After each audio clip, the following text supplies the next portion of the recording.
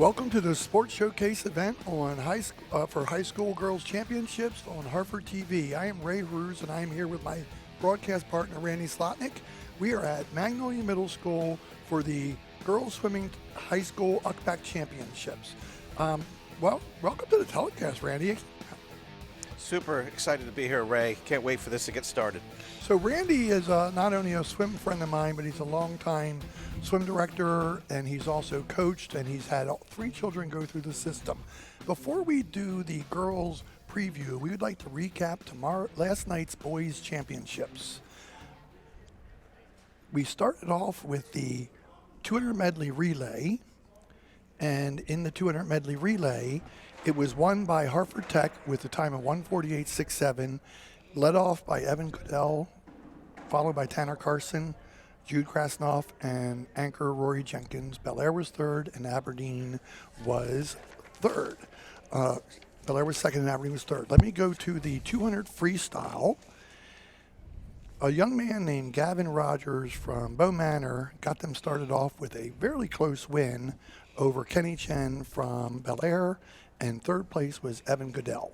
The next event was the 200 IM, and we had a great time from Jude Krasnoff from Harford Tech, followed by Andrew Morgan from Bel Air and Braylon Young for Sea Mountain Wright.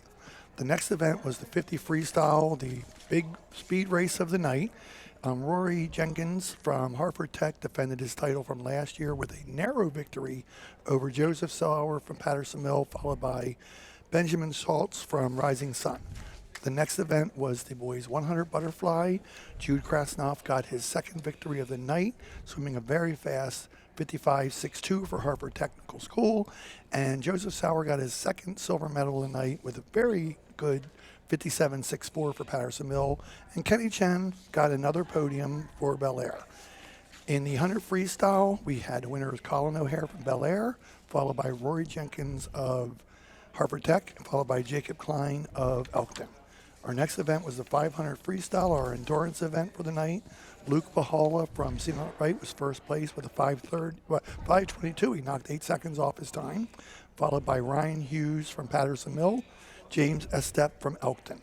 The next event was the boys 200 freestyle relay, our sprint relay. That's really exciting. It came down to Harford Tech edging Bel Air by less than a second, and it was Jude Krasnoff, Aiden Knapp, Joshua Whipke, and Rory Jenkins, our 50 freestyle champion, anchoring that. Coming to the backstroke, Colin O'Hare had his second gold medal of the night for Bel Air with a very impressive 55.66, followed by Theo Kidwell from Fallston, Ryan Hughes from Patterson Mill. The last individual event was the boys 100 breaststroke, and our champion was Gavin Rogers from Bohemian Manor, followed by Luke Bahala from Sea Mountain Wright and Angel Ruiz Rivera from Aberdeen High School. Our last event was the boys 400 freestyle, won by Bel Air High School with Braden Leeson, Andrew Morgan, Bailey Hetzer, and Kenny Chen, narrowly coming back to beat Harford Tech. And our final standings, you will see a happy group of Bel Air swimmers and their coaches. They got the team championship, Randy. They were down by 4 points going into the last event. You and I have seen this a few times through the years. They had to win to score 6 more points, and they won the county championship by 2 points. Incredible finish. Fantastic. Congratulations, Bel Air. And as you see there on the screen, we have the Aberdeen Eagles having one of their best years ever for the boys with third place, Sea Mountain Wright. Very impressive, 202 points with only 6 swimmers, and the Folsom Cougars fifth place with 200 points. So that's the the boys recap. And Randy, that brings back some good memories. I mean, we've both been involved as parents and coaches and so some of these incredible finishes to a meet where you come down to that 400 free relay. I absolutely love the relay, especially the last relay. It's just, especially when the meet is on the line, and what a fantastic race by both teams. Just fun to watch. Fantastic races all night long. Some best times by so many swimmers. Just so good to watch. They always seem to step up at county champs. And what people don't, let us pause for our national anthem. Sophomore at Happy Grace High School. Oh, say, can you see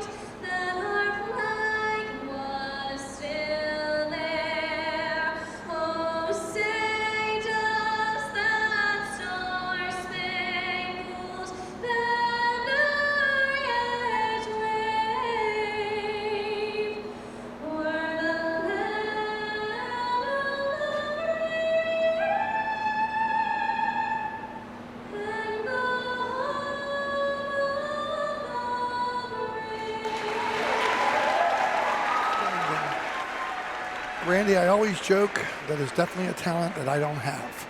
So, I will stick to sports and other things. So our first event is going to be the girls 200 medley relay. And I got to say, along with the 200 IM, this is one of my favorite races because you're seeing 4 different strokes. One team might have the best backstroker, one might have the best breaststroker, butterfly, or freestyle. 100%, Ray. I enjoy this race probably as much as better than almost every other race except for the last relay. So Randy and I are going to take turns reading names. So I'll do this first heat.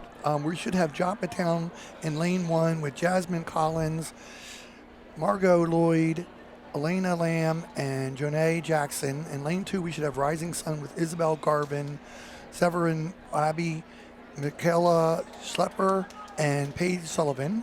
In lane 3 from Harvard Tech, we have Isabel Stoughton, Amelia South, followed by Quinn Lombard and Zoe Jenkins. And then we have in lane 4, Edgewood with Rowan, Mikey, Catherine Whipke, outstanding breaststroker, Mo Roner, and Vivian Ellenbecker. And then lane 5, we have Elkton with Keely Carter, Audrey Miller, Madeline Clausen, and Elena Hopkins. Ray, one of the reasons I like this race so much, it sets the tone of the meet. It really it allows the team to kind of get started, work the nerves out, but it also, a lot of times what we found in the past is this particular race can set the tone of one team just really taking off and really taking it through the night here to try to propel themselves to a win or a place on this medal stand. So individual sports, as we know, are a lot tougher psychologically. You're out there on your own. This is the closest thing you get to a team moment with a relay. And you are literally, you've got to do your part. So we tell our athletes through the years, you swim your fastest because you don't know if the next leg of this relay is faster than our second girl. And we need the lead. Now, what we will talk about a lot, folks, is moving up and moving down in placements. So whatever team wins this heat, they might swim a faster time than the 5th and 6th place team in the next heat. Yeah, Ray and I, we're going to keep an eye on that. One thing that's really nice, it's new this year, is at the top right of the screen here is the clock, is a timing clock. So this is really nice. When they hit the wall here, I think it'll show what place and what lane it is. Their first place, lane 4, is right now. Lane 4 is in first place. So the first number is the place. The second number is the actual lane. So the swimmer in the red cap there is the one that has the lead right now in this race. And there's a very good reason Edgewood had the lead. Catherine Whipke, their breaststroker, is one of the top 2 girls. Her and Ellie Hansen from Seamountain Wright are the top 2 girl breaststrokers. They've traded off on UCBAC championships, regional championships, doing well in states. So you see that our Harvard Tech team has moved into first on their butterflyer. So now how we come down to the freestylers, it's the race between Zoe Jenkins and looks like Vivian Ellenbecker.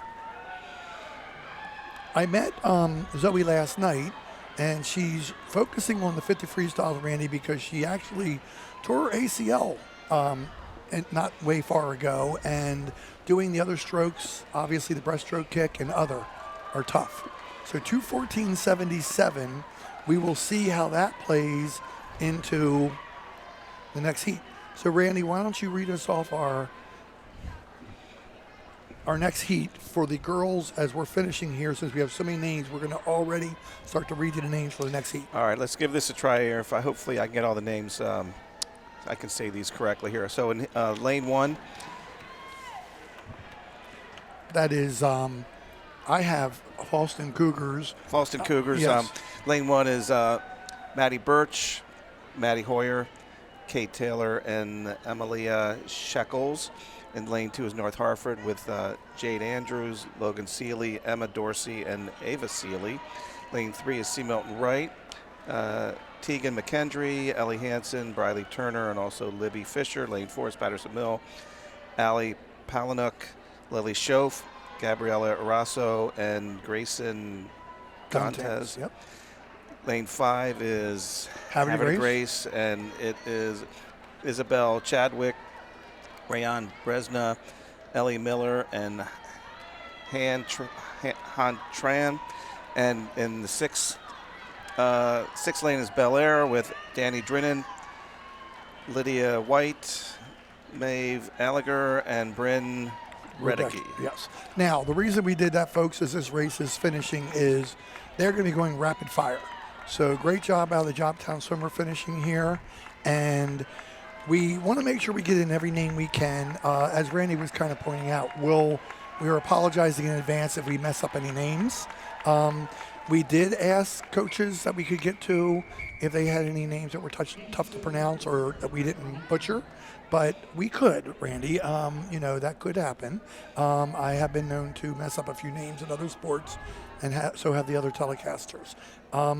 This race, Randy, is going to be really interesting because when you get your top 5 or 6 teams together, they almost all are able to put together a really good person in each stroke. And just looking ahead at this, I see many good backstrokers. I see many good breaststrokers, same with fly and free.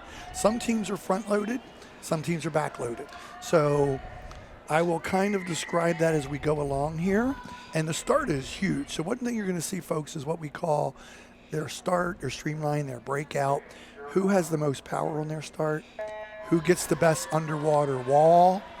So that was a very good start in the middle by Tegan McKendry from Sea Mountain Wright. So she is swimming against, let's see who's second. You got one sneaking out there in the outside lane. Is that Danny Drinnan? Yep. So you got her bringing in the lead, and you have a very good, one of the top swimmers in the county through the years, Ellie Hansen. She's one of those girls that could do every event. You ask her, how would your 500 free be? Not so good. And then she swims the second or third fastest time in the county. What's also interesting about this race is the times here might not be for these 4 swimmers. Right. So this time might be much faster than the seed time, or it might be much different than the seed time. So this will be interesting how this plays out. The time that we have, the seed times, are basically the best time that this race was swam this season. So it might have been 4 different girls, or could have been the 4 same girls for each team. Yes. So now we have Briley Turner, freshman from Sea Mountain Wright, swimming the butterfly leg. And she's an outstanding swimmer. She can do anything from 50 free to 500. And she also is very good at the butterfly and backstroke, as you can see, and one of the top 5 times in the 200 IM. So the anchor here is junior Libby Fisher, and she's actually an outstanding 200 and 500 freestyler, you'll see later tonight. But she was chosen by her coach to anchor this relay and do a good 50 free for them. So let's see what kind of time they can bring home. It looks like we have Patterson Mill in second place there. Okay. And that doesn't surprise me because they are a very well-balanced team. So great job, Sea Mountain Wright.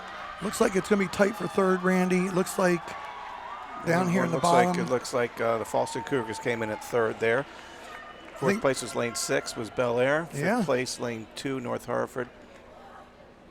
So what we'll have to look at these times, Randy. 5th place, 2:13.26.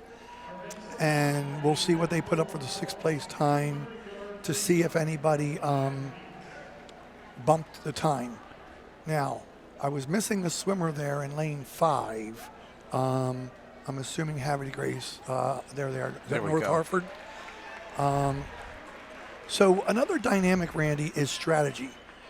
Some people load up in the 200 medley relay. Some load up in the 200 free, and some load up in the 400 free relay. Some teams, like Bel Air girls, are very deep, so they're going to have 3 very solid relays. Mm-hmm. Some other schools are going to have 2 outstanding relays because you have a tough decision as a coach.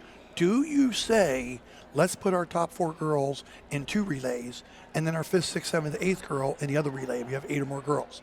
Some teams say, let's put our top 6 girls and balance them out in the 3 relays. Mm-hmm. So now we have the 200 freestyle. In our first heat, we are going to have Shivani Panda from Edgewood High School in lane 1, Sarah Dorsey from Valston in lane 2, Sarah Gonzalez from Harford Tech in lane 3, Isabel Chadwick in lane 4 from Havre Grace. We have 3 Havre Grace teammates next to each other. Elise Mueller in lane 5 and Mallory Chadwick. So we have a sister battle going on here. Randy, looks like twins if I'm not going to be mistaken here. Now, did any of your kids ever swim this event? I want to say your oldest, Darren, swam the 200, 500. Darren and Jaden both loved swimming this event. I think it was one of the they were a little shorter. So, when you swim a longer event like the 200, 500 free, it gives swimmers that are a little shorter the ability to kind of stay up with some of these other swimmers because it's a longer distance race. So that's why one of the reasons my kids like swimming these longer races for that reason. So what you'll notice, folks, is by the seedings, the inside lanes out are supposed to be the higher seeds. So lane 3 is the highest seed, then lane 4, then it comes back to lane 5, then it goes to lane 2, then it goes to lane 1, then it goes to lane 6, or that kind of combination. Well, we got 2 outside lane girls here taking this race out. Sometimes they're capable of it, Randy. Sometimes they go out too fast. 200 free is a tough race to you have to really swim it multiple times during the season, maybe even over the years, because you really have to train yourself to not to go out too fast, right, but not go out too slow.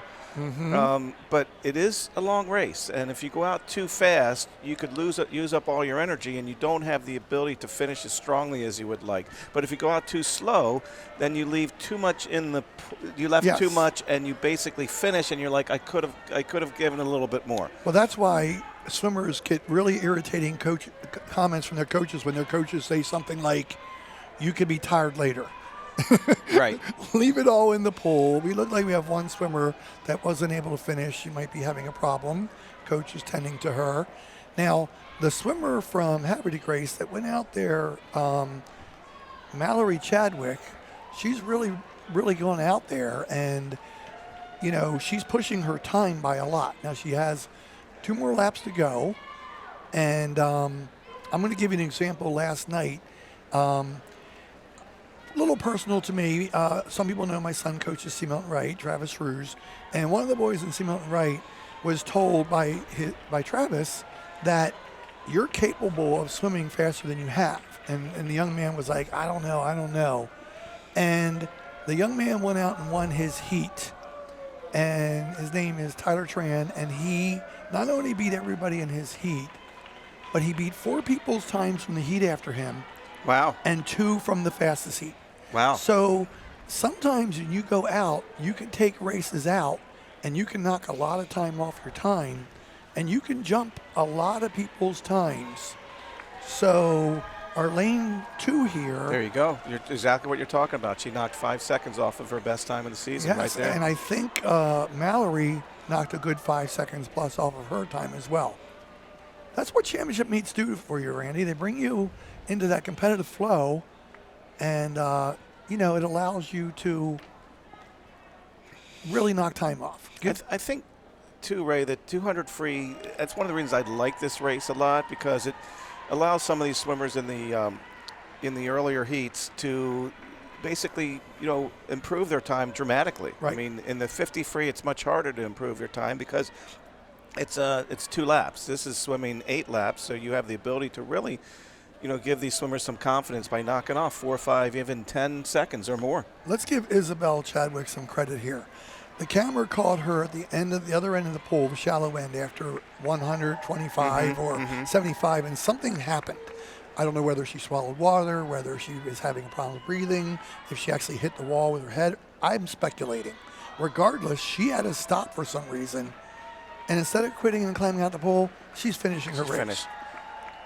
Yep, fantastic job. I mean, that deserves a big round of applause. Yep, absolutely. I mean, I've seen people fall in track and field races, get trampled on, and get up and run. So I love it. So, Randy, why don't you let us know our second heat here? So we got heat 2 here, 5. We got Elise Myers from Falston, Haley. I would think that is Harkler Road. Harkler Road from Harford Tech, Autumn Tillman from North Hartford, Avery Mendoza from Falston, Alina Lamb from Joppatown, and Han Tran from Havre Grace. So I don't have the records on these seg sheet to know the records here, and I was going to tell you that if I had a program. But but I do know that the 200 medley relay is a group of girls from Sea Mountain Right, and I do know the girls 200 free relay because your daughter's on that. And I don't want to speculate with the names because that would be wrong to whoever we leave off. And I think they also have the 400 free record. I think Megan Callan has the 100 butterfly record. I think you're right. And, oh, God, the 100 backstroke could be a couple people. So we have a good start here by Autumn Tillman from North Hartford. And you're going to see, like, oh, gosh, Randy, it's like mind games. Like I was talking about Tyler Tran, he went out and took off. Yep. And he totally broke the pack. Now, did he pay for it in his last 50? Yes. But he had such a lead that he was able to hold him off and drop 5 seconds or 6 seconds from his time. So this young lady, we won't be able to tell until the end of the race, but she's trying not to leave it up to any curiosity. Now, I see lane 4 creeping back in there, Avery Mendoza. Walls mean a lot, Randy. Watch the streamlines coming off the wall. Coaches do not want swimmers to swim into a wall slow because a slow flip turn is not productive. So you kind of got to say, attack your race.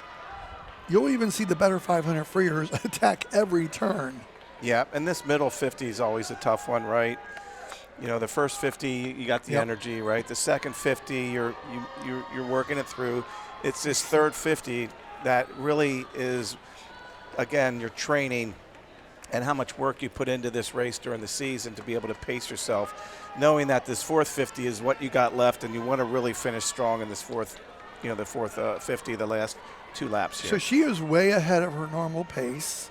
If she can come home in less than 58 seconds for this fourth 50, she's going to less than 56 seconds. She's going to break her time.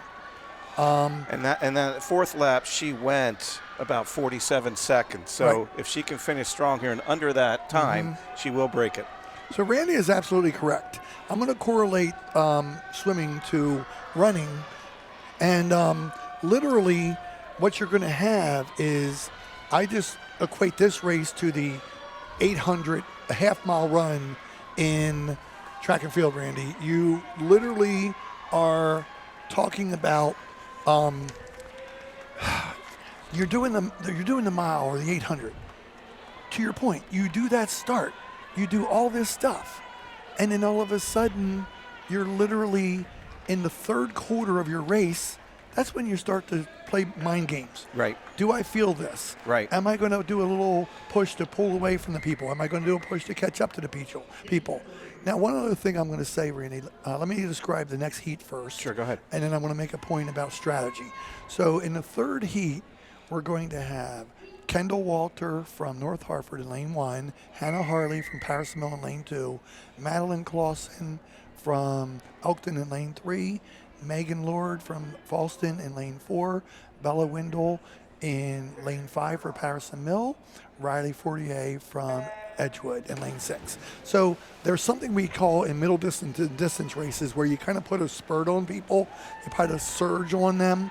So you're swimming, you get done the 50 or the 75, it's going to be more common in the 500, but even in the 200, if you have somebody with you after 3 lengths of the pole, and you know that they have a faster kick than you, you can't go to the last 15 yards. Correct. If they're faster than you. Even if you think you have the endurance, because a person with sprint speed will still dig in. So you may have to tell yourself, I'm going to do 75 with them. I got to put on a spurt here this next 75. And even though I know I can't maintain that pace, they don't know if I can or can't. So then you pull away and you make them decide, can I swim with them? Randy's right next to me. Now he's taking off on a turn, which is a good place to do it at. And he's breaking away from me.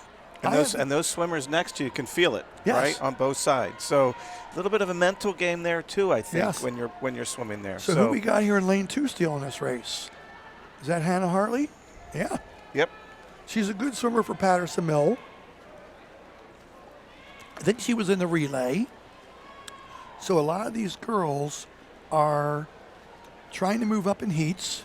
Now you're in that real range, Randy, where they can be competing for points. Are we in? I'm sorry. I thought we were in heat 3. So we're in heat 3, so that should be Hannah Harley. Correct. And we got a lot of siblings in the sport. So Bella Windle, I'm wondering if she's the younger sister of the Windle boys that swam for Pattersonville. I would imagine so. Swimming's a real family sport, Randy. So she's hitting the wall here at about 154. So let's see what she brings it home in here. So her seed time was 2:47. So all she has to do is break at 54. I was looking at the wrong time, 2:42. So for you looking at the screen, folks, the lanes closer to the bottom of your screen are lanes 1, 2, and so forth. Lanes starting from the starter, which is on the end of the pool, starts at lane 1. Yes. Always have to remember that. So I've actually been to a rare pool, Randy, where one thing was written on the bottom of the pool and one thing was written on the blocks. So that time on the screen is not accurate. That's somebody's 150 point. So what happens is the clock will recorrect itself. But we already can see that there was some definite best times happening here because our second and third places had best time. So you'll see the scoreboard come up with first place again in a second if it recorrects itself.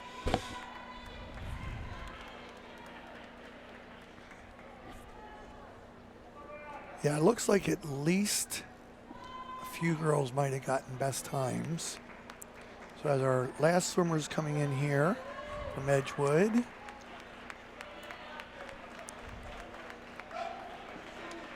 Okay, now we'll see our times. And I'll let Randy, it looks like we have somebody that came out of this next heat is no longer swimming in lane 4. Yeah, unfortunately, we didn't get the official time or the unofficial time for the winner of that heat, but we'll get that when we get the final results. Okay, so what do we have in this heat, Randy? Got heat 4 of 5. And we got Emma Dorsey in lane 1 from North Harford, Severin Abbey from Rising Sun in lane 2, Lydia White from Bel Air in lane 3. We had a scratch in lane 4. Abby Hadding from North Harford, lane 5, and Cecilia Gonzalez from Aberdeen and in lane 6. So we aren't privy to all the information that went to the coaches meeting. One of our fears when we coached Randy was sicknesses. You know, every coach is praying and crossing their fingers that everybody's healthy for this time of year. So right now it looks like Lydia White is taking it out, but she's got some challenge from the outside lanes. So in lane 1, we have Emma Dorsey from North Harford really pushing the pace.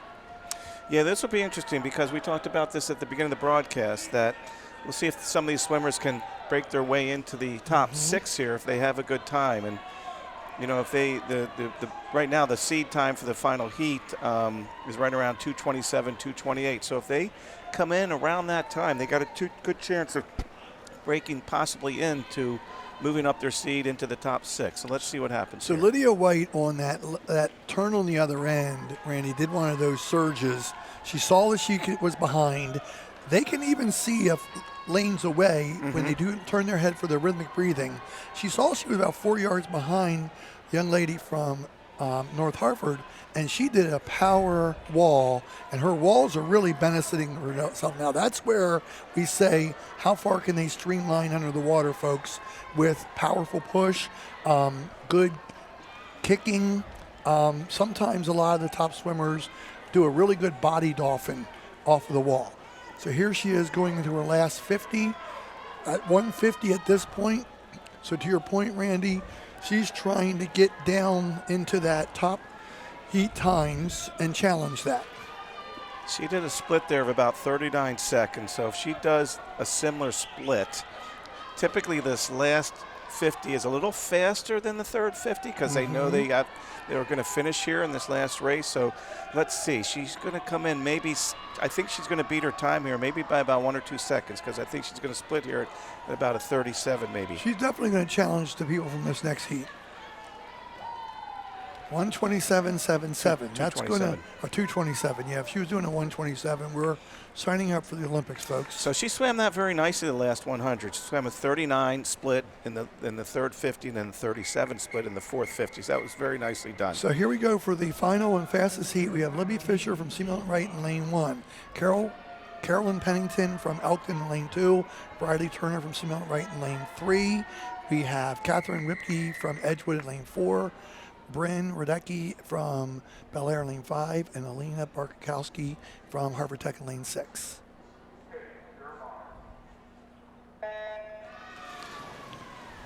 So I'm curious to see the styles here. You have two different swimmers here in the middle of the pool. You have veteran swimmer Catherine Whipke, who is very versatile as well, one of the best breaststrokers. And you have freshman Briley Turner. So Briley is probably going to try to take it out a little bit fast here, Randy, because Catherine is taller and longer, and her walls are going to benefit her. So this will be fun to watch because their seat times are within about a second of each other throughout this. Again, the seat time is the best time that they swam all season long. I don't know if this is the first time they've actually swam next to each other during a race, but this is what's really exciting about how it's seated and how the times are. So this is good because they can see each other, they can feel each other, and they're going stroke for stroke down the pool. Very exciting. So what you have here is earlier this year, Riley swam Catherine in the 500 and beat her. They both have speed. They both have endurance. Catherine has slight lead here. So now they're going into the third 50. Third 50. So this is nice. They both went sub 1 minute in the first 100. And typically, the way you want to split this is typically you go out in about whatever you go out in a minute or so, and you want to come back typically about 5 or 6 seconds slower in the second half. So, but again, this is a different race now because they're swimming against each other, so they're both pushing each other. Yes. I can't tell from this angle if Briley is pushed into the lead here slightly. So now they're going down to this last 50, and that was a very good turn. It for was, Briley. and again, that split was about a 33. So I think they're going to both break their best time here by about 3 seconds the way they're swimming here. So if Briley gets a good turn in a wall, we'll see what she has left, and we'll see what Catherine has left. Looks like Briley's going to pull this out. And this should be an outstanding time.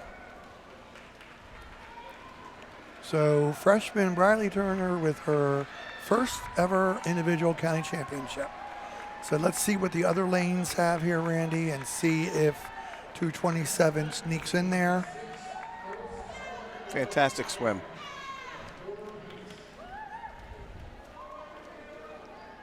So let's get our final lanes here and what they have. So lane 6, 2:29. So Libby Fisher was lane 1. So it looked like the lane 6 swimmer, Alina Barkowski, was passed up by Lydia White. Lydia White, right. It looks like lane 5, lane 1, Libby Fisher held her 5 seed in that. So now we have arguably your and I favorite individual event. So apparently heat 1 of 4 has been scratched because of scratches. So our first heat has Margot Lloyd from Choptown in lane 1, Autumn Ferguson from North Hartford in lane 2, Emma Fazenbaker from Falston in lane 3, Ashley Mitchell from Bel Air in lane 4, Eleanor Starbuck from Edgewood in lane 5, and Addison Whitaker from Harford Tech in lane 6. Now watch the difference here, folks. We obviously have a butterflyer going out here in the lead. Now this is our number 1 seed, and of the race.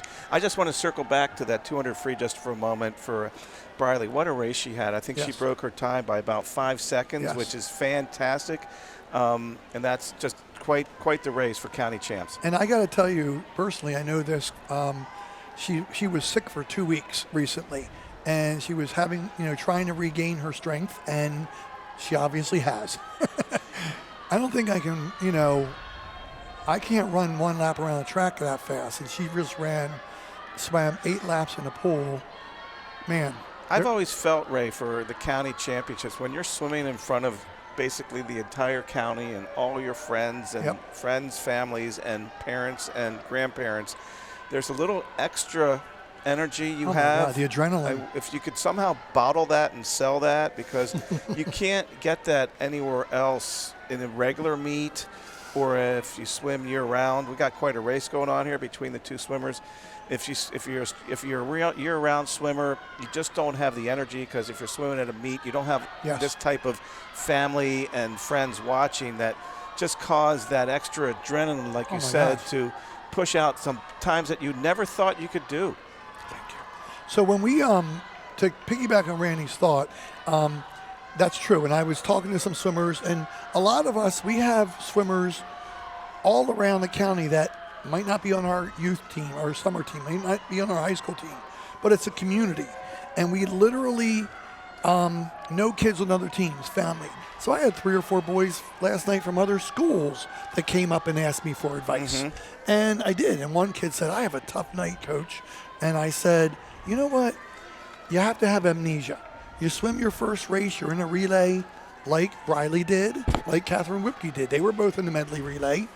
They had to get over that, stretch out their muscles, get the lactic acid out of their arms the best they can, and get ready for the next race. And then now that they've swum the 200, they have to forget that they're tired again. Like you're tricking your body with your mind to do this. Now this race, Randy, is an example of what I was talking about. Our leader went out with the butterfly and took the lead, and then the next swimmer took the backstroke and part of the breaststroke. But now our leader is back to a good freestyle and taking the lead again. Got to stay away from that lane line. But lane 5 is in this race too. I think she's going to get a best time there by about 3 seconds. Yeah. Good job by Emma Hasenbaker from Falston. So let's start our next heat, Randy, of our 200 IM. So in lane 1, you got Zoe Olesk and lane from Falston. In lane 2, you got Vivian Ellenbecker from Edgewood. Lane 3, Sierra Stamper from C. Milton. Lane 4, Kaya Lors from North Hartford. Lane 5, Sophia Robertson from North Hartford. Lane 6, Logan Seeley, also from North Hartford. 3 North Hartford. North Hartford has a very deep team this year, especially on their girls. I was really impressed in a dual meet earlier this year with C. Milton Wright. They just have a ton of good swimmers. I'm interested to see how they do in the team standings, which is another thing we will be updating you on, folks, throughout the night. In a little bit here, when we get done the 50 freestyle, we will recap the earlier events as we announce the podiums. Our school physical education athletics supervisor, Debbie Basler, is usually here to hand out the awards. So we will say the awards as she's presenting them. So this is Sierra Stamper out here for C. Milton Wright, taking a lead. She had a long glide in there. Now she is a good butterflyer, and she took the lead out there. Now she's trying to extend the lead to the young lady next to her from Edgewood in, Vivian Ellenbecker is trying to keep up with her. We also have lane 5 out there in contention. So this is heat 3 of 4, so one more heat after this. So you could sneak into, but the times are a little bit apart from that heat. Yes, it is. But still, these girls are vying for the highest place they can get for their team. And then you'll see who is and who isn't the breaststrokers when we turn at this end and see what the breaststroke looks like for every person. I always felt the breaststroke leg was sort of the make or break leg. If you're a good breaststroker, this is where you can excel because your body's tired. And a lot of the swimmers sometimes use the breaststroke as sort of a stroke to relax. Oh, yeah. But if you're a breaststroker, you're going to use this stroke to really take off and go. So almost every really good breaststroker likes the IM because out of all the strokes, the breaststroke is one of the events that so many people can't do well in. Well, who was the local Olympic swimmer? Michael Phelps. Well, the other one from Falston. Oh, Chase Kalish, He was a what? A breaststroker, right? Yes, he won the World Championships and Olympics in the 400 IM. If you watch the Olympics in the IM, Chase was a little behind when he got to the breaststroke. But when he got to the breaststroke, he had that confidence to basically come back and take the lead and then finish it with the freestyle. So we have a challenge here for Sierra from her swimmer right next to her, but we got somebody up there in lane 6 sneaking in, and that happens. That's Logan Seeley up there. She might not have enough length left in the race to catch up. Now this is a nice heat victory for Sierra Stamper. She's the senior captain for Seamount Wright, and she's coming in with a seed time of 2:59, and let's see what she gets here.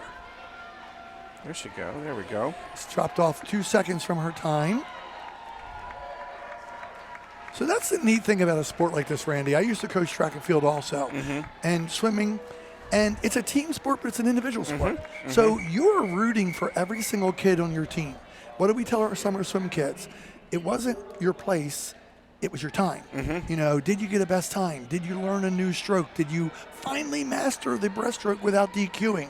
There's so many little things in there that we have to tell the parents that, hey, it's the first time they did a 200 AM. First of all, they finished it. Right. Second of all, they finished it legally. Right. And in this event, I mean, I think this is the most painful event of the meet. I would agree with you. I think because, again, you're doing all 4 strokes. Yes, and it's fast. It's a long race. It's not in the summer, 100 IM. It's a 200 IM.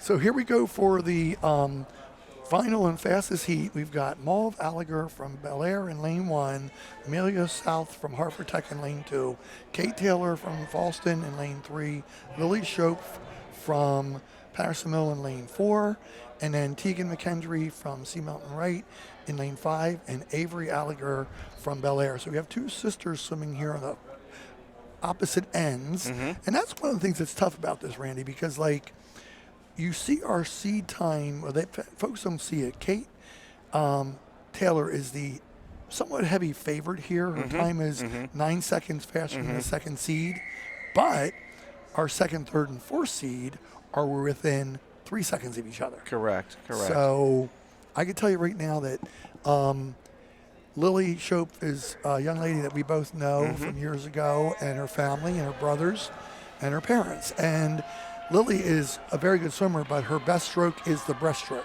So her goal is to be in contention when she gets to the breaststroke like you talked about before. So already it looks like we have Tegan McKendry taking it out in lane 5 in the butterfly. And that's because she knows she needs to get out in the butterfly and backstroke to see what she can do. Now, I'm very impressed that she is up there with Kate Taylor, because Kate Taylor is an outstanding butterflyer.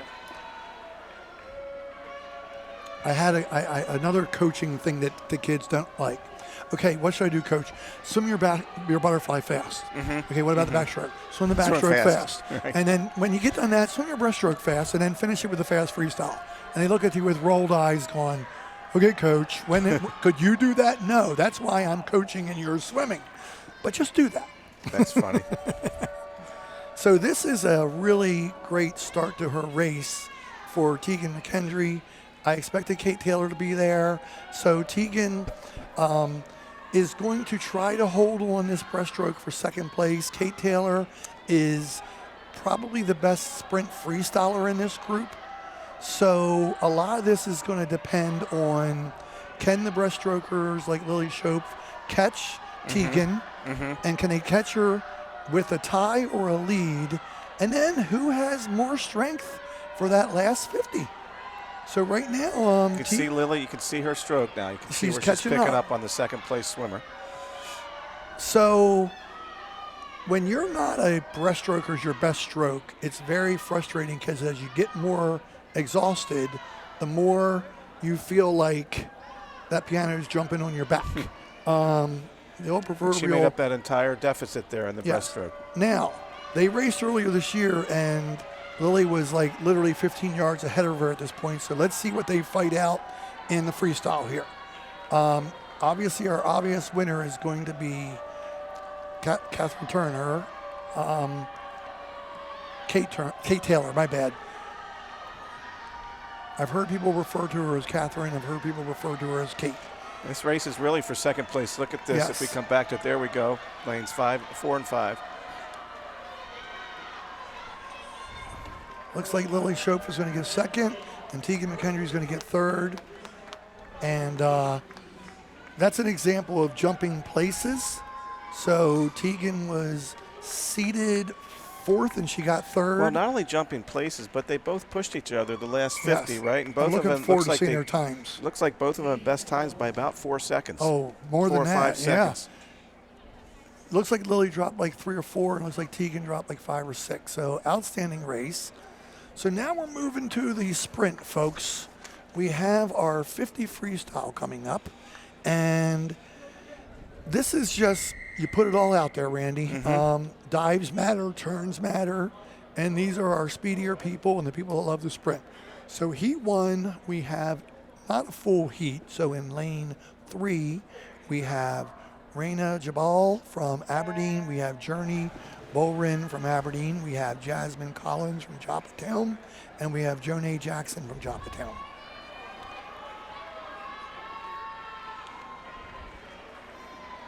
A problem that happens in swimming, Randy, we'll see if it happens tonight, but if it happens in this race, it's really tough, is people losing their goggles. There's little technical things that come into swimming, folks, like how you wear your cap, how you wear your goggles, where do you put the strap. Now, a lot of our boys don't like to wear a cap, and it's somewhat okay if they have a crew cut or short hair, but the cap does make it better. You will see some swimmers tonight wearing what's called a tech suit, and you see like Olympians wear them, and it makes you glide through the water a little bit faster. I think it's as much psychological for the kids as it is making you faster. Let's see if we get a best time here. I think we just did. She got her best time, so very nice. So we have one more swimmer coming in if they swam. One thing we have to watch out for, folks, is when people do and don't show up for races. Here we go. And Randy, you might as well start announcing our next heat. So in heat 2, in lane 2, we got Kaylee Grant. In lane 3, we got Lorna Amato from Aberdeen. Lane 3, we got Samaya Barksdale from Aberdeen. Lane 5, we have Madison Brennan of Harford Tech. And lane 6, Allison Herrera from Edgewood.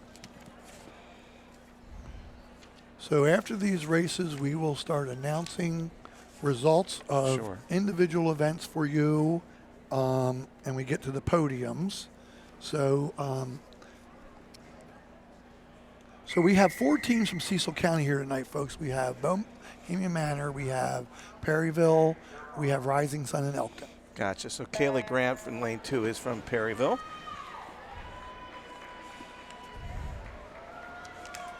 I was talking to the Elkton and the Rising Sun coaches, and they kind of coach together a little bit.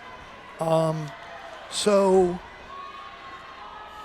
did I already give you that one? I'm giving Randy results here. We have wonderful young people from the Kristen Orm from Aberdeen summer swim team and Havre de Grace High School. Her dad, Charlie, coaches Havre de Grace High School. Got their grandchildren and children being our runners tonight. So we greatly appreciate that. That was a good race. So now we are up to, are we up to heat 3? Okay, we have Liana Perkins from North Hartford in lane 1, nobody in lane 2, Keely Carter from Elkton in lane 3, Adriana Deplich from Perryville in lane 4, Riley Fortier from Edgewood in lane 5, and then Madison Klavinsky from Perryville in lane 6.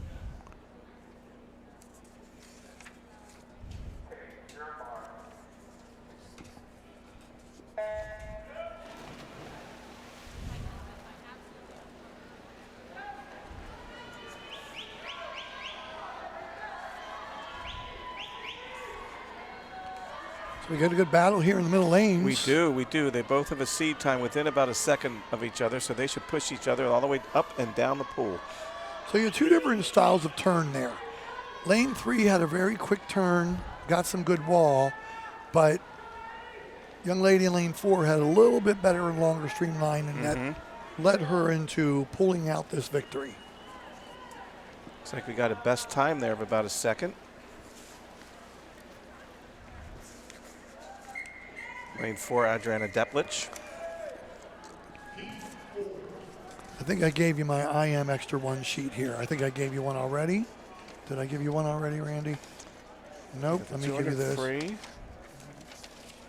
We got about 5 piles of papers in front of us, folks, and we're trying to keep track of the current events, the past events, and the ones coming up. So this is heat 4 of 8.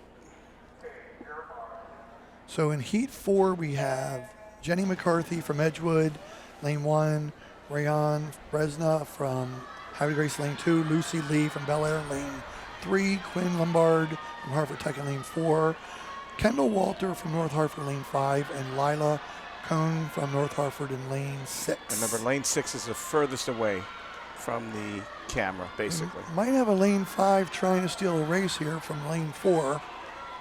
See if they can pull it off. Oh, it's going to be a touch. Yep. I think Lane 5 might have grabbed that. There Yeah. we go. She dropped over a second and a half Yeah, off her time. 33:01 unofficially. It's Kendall Walter. Okay, why don't you announce Lane 5 So this for is us? heat 5 of 8. In Lane 1, Elena Hopkins. Lane 2, Isabel Garvin from Rising Sun. Lane 3, Caitlin Lorenzo from C. Milton. Lane 4 from Elkton. I can't see the name there. We Heat 5, Lane 4. I would just say Lynchfield Wary, Yeah, Sevy, lane 5 is Rowan Michael. and Lane 6, I would say Eileen Moose from Eileen Moose. Falcon.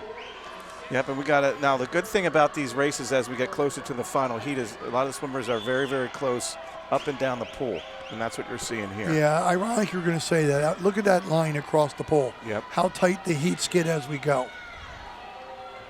Now, with that said, when you get to the fastest heat, sometimes your middle two girls are out ahead of everybody else. But I think Lane 3 took that by about 1/100th of a second unofficially. Had a best time by 1/100th of a second.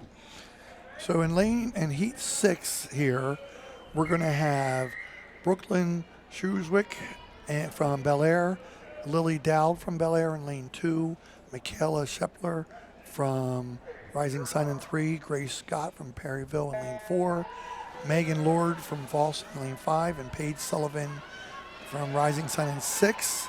You have two teammates in the outside there, and 1 and 2 racing each other. These are the people that can start sneaking into the top 16 Top 6, scoring top for points. 10. Yep. Tell you what, I'm so impressed with some of these Cecil County swimmers and what they've added to our UCBAC championships. There you go. Lane 3 was Michaela Shepler from Rising Sun. Took about at least a second off of her time. Again, that's that county adrenaline, Yes. county champ adrenaline that causes a really nice drop in a short race. So what do we got for Heat 7, Randy? This is going to be fast. Yeah, got Patterson Mill, Grayson Gontas, apologize, from Elkton, Claudia Gursky in Lane 4, Hazel Halsey from Havre de Grace, Lane 5, Ava Seeley from North Hartford, Lane 6, Alyssa Baker from Bow Manor. So when we have these empty lanes, folks, we just probably have some sick or injured kids. Is what happens.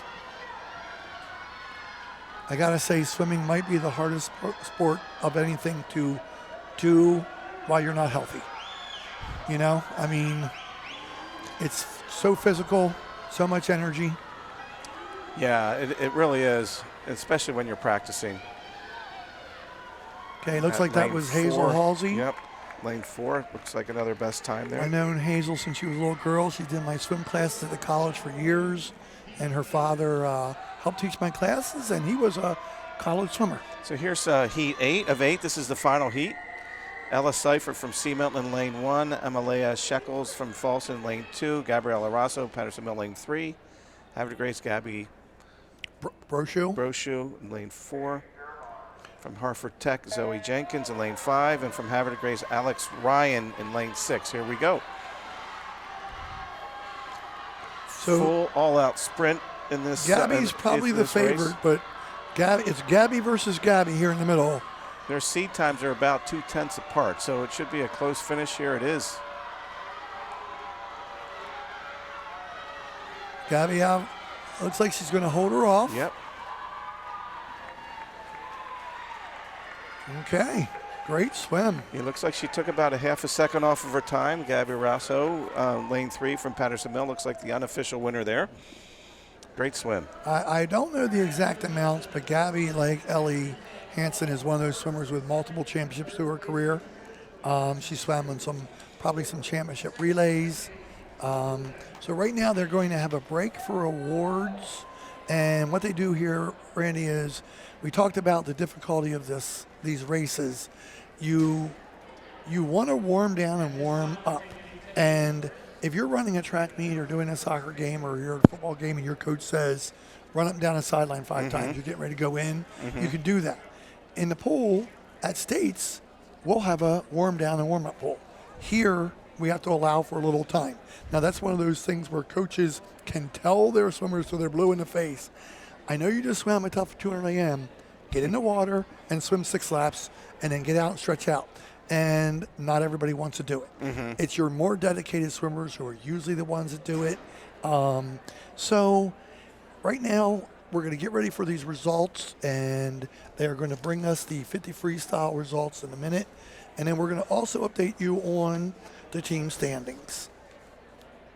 So I can tell you that after the 200 IM, the standings so far are C. Milton Wright in first with 102 points, Bel Air Bobcats second with 87 points, Patterson Mill third with 64 points, and Harford Tech fourth with 59 points, and North Hartford fifth with 57 points. So we will be updating that soon. So I'm going to read you some names now so that people can hear them, and then we'll reiterate the names as they go up on the podium. So C. Milton Wright was first place in the 200-yard medley relay. Tegan McKendry was the leadoff, followed by Ellie Hansen, Bradley Turner, and Libby Fisher. And then second place was Patterson Mill with Ali Polonik, Lily Shope, Gabriella Rosso, and Grayson Gontance. And third was Bel Air with Danny Drennan, Lydia White, Mauve Alliger, and Bryn Radecki. So we just got our 50 free results, so I will tell you that we will update those team standings. And I can tell you right now that after the 50 freestyle, let's see if the lead has been closed up or extended. So C. Milton Wright 116, Bel Air Bobcats 94, Patterson Mill up to 89, right on Bel Air's heels. Harford Tech 75, North Hartford 68, Havre Grace 54. So some of the same teams that did really well last night are doing well tonight. With Bel Air coming in with a 2-point victory over Harford Tech, they're technically in first place in the team standings, in the overall. So you can see a nice shot of our girls lining up over there. I will be a little bit bad here, Randy, and tell you that last night I was here to take the pictures at the podium that we presented for you fans to watch at the beginning of the meet. Girls pose much better for pictures than boys do. I don't care what anybody says. Look at them all looking directly at the camera, smiling. We had moms that are going to their boys and snapping their fingers and going, "That's funny. Look here, look here." 2 were looking down, 2 were looking to the side. I guess they don't care as much. So just for those listening at home, the way the scoring works is for the individual events, the first place swimmer gets 20 points. The second place swimmer gets 17. Third place swimmer gets 16. And it sort of works backwards from there all the way to basically the 16th swimmer. So 20 points for first for the team, 17 points for second for the team. Right. And for relays, all it is it's doubled. So if your relay won, instead of 20 points, that relay team, for in this case, C. Milton, got 40 points, or Patterson Mill, not 17 for an individual, they got 34 points for the relay. So the relays are critically important to, for scoring purposes. And one of the reasons why you might hear coaches yell, safe starts, because you do not want a swimmer when they're transitioning from one swimmer to the other to false start or leave early, because you could lose a significant amount of points in the team race in a relay. And so we've seen that happen. we've seen 2 times where team championships were lost by false starts. And what you'll have happen at the end of a meet, and we've done it before and other coaches have done it before, when you know you're going to win the team championship, if you just finish, you'll see a coach walk over to their team and say, even if it costs us 1 place here, safe starts. So and what we mean by safe start is when one swimmer comes up to touch the wall, the swimmer going off the block makes sure that they touch before they actually start their part of the race. Yeah, so as we said, we have Debbie Basler to the left in the blue shirt, blonde hair, former teacher, now superintendent of sports and athletics, presenting the awards. That one was presented to Carolyn Pennington from Elkton Jr. Second place is going to Catherine Whipke from Edgewood, won many championships in her tenure. And in first place from C. Milton Wright, freshman Bradley Turner with a very impressive time. And as we discussed, as we suspected, she took off close to 5 seconds on her race. She swam a fantastic final 50, 33 seconds, and really that is what helped her basically pull that race out and win it by as much as she did. So we're going through these awards very quickly, and we're going to the 200 IM, and this is where our friend Rich Young there in the gray shirt does so much work for us for years. He has kids long graduated, all very successful, and he's still here working at counties. So he has people announcing for him. He has people sending him results. And, thank you to our table. The young man in the blue shirt standing there is my son. He's getting in the way. Yeah, thank goodness his mom's good looking. But he gets his brains from me. No, that's not true either. He gets that from her too. So we had what we thought would happen here, but Tegan McKendry moved up a seed to get the bronze medal, swam a great race, knocked 6.5 seconds off her time. Then we have Lily Shope, who knocked 4.5 seconds off of her time to get second place. And then our champion is Falston senior Kate Taylor, who also knocked 3.5 seconds. So they really pushed each other. They did, and as we suspected, if you look at the splits, look at Lily Schoaf here. I'm looking at her breaststroke split of 43.75. That was faster than anybody else in the pool. Even the winner of the race, Kate Taylor, Lily swam a faster breaststroke leg, which helped her. Again, what we talked about earlier. We knew that was her strength. We knew that was her strength, and it helped her improve her basically to a best time by 4.5 seconds, and get all the way up into second place. Yeah.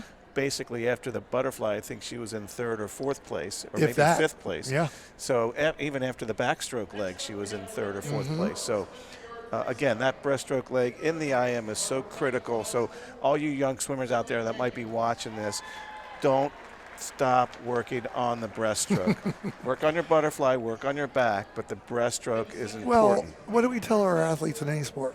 Work on your weakness. And I tell people that all the time. So here we are with the 50 freestyle, and Zoe Jenkins, as I said, injured, swimming and doing a 3rd place as a freshman. Her brother was a county championship last night in the 50 free. Our 2nd place was Gabby Brochu. And then Gabriella Rosso, our champion here, has won this race before, Randy. So I think she won this her sophomore and maybe her freshman year. And again, here's that county adrenaline, right? All 3 of those top swimmers swam best times for the year, right? So again, it's that county champions where you want to perform in front of for your team, but also in front of your friends and family. That I wish we could bottle and sell it, Ray. We'd make a lot of money.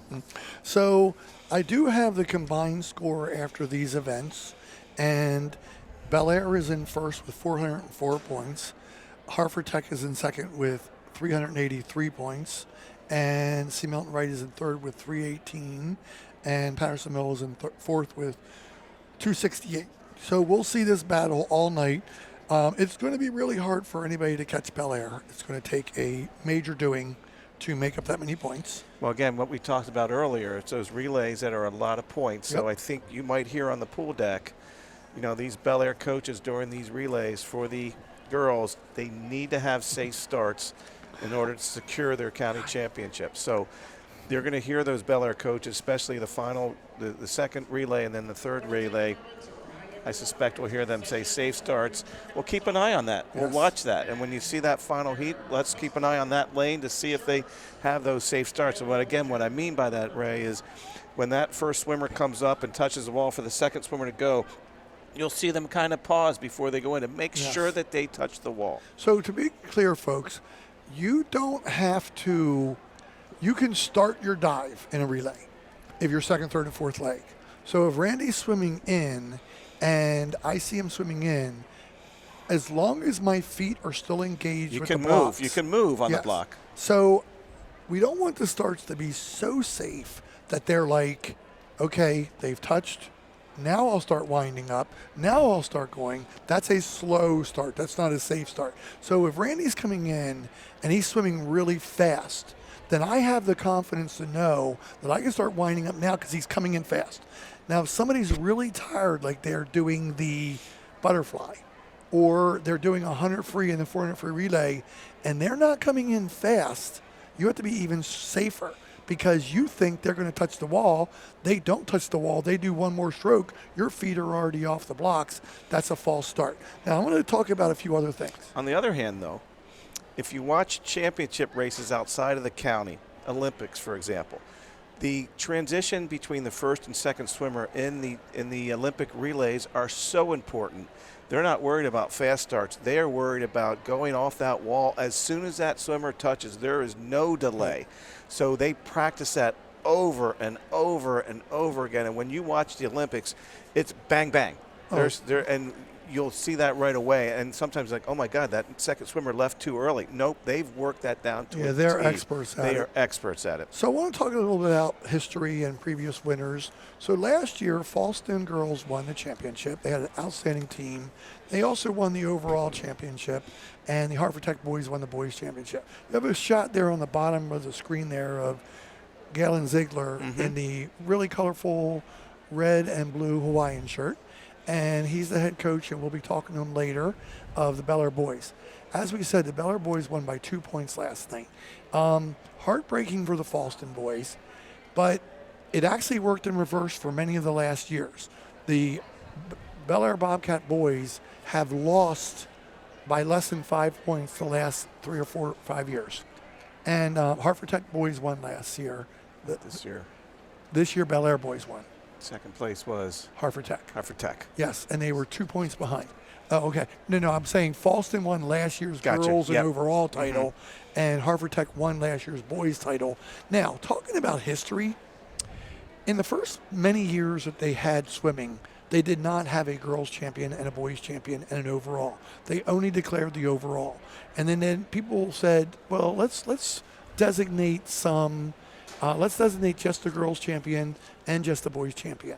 So we have had runs of different teams through the years, Randy. Started off with Edgewood winning the first 3 or 4 years. In the years since then, C. Milton Wright has had multiple runs. John Carroll, when they were in the league, had runs. Falston won some boys, girls, and overall titles. Bel Air won some titles. So it's really bounced around, and in recent years, Hartford Tech has been outstanding as well, and they've won some titles. So you see some runs go, and a lot of it has to do with their feeder program. You and I both remember back when Falston was a powerhouse in summer swim. They won 2 boys state championship titles with those boys. You and I have been involved with Fountain Green for years. You as a director, me some coaching, both of us as parents. We have a very talented team. Now, what people don't realize is everybody doesn't come from their feeder program. There are kids that swim for Arena Club, Fountain Green, Bel Air, that go to Falston High School, that go to whatever.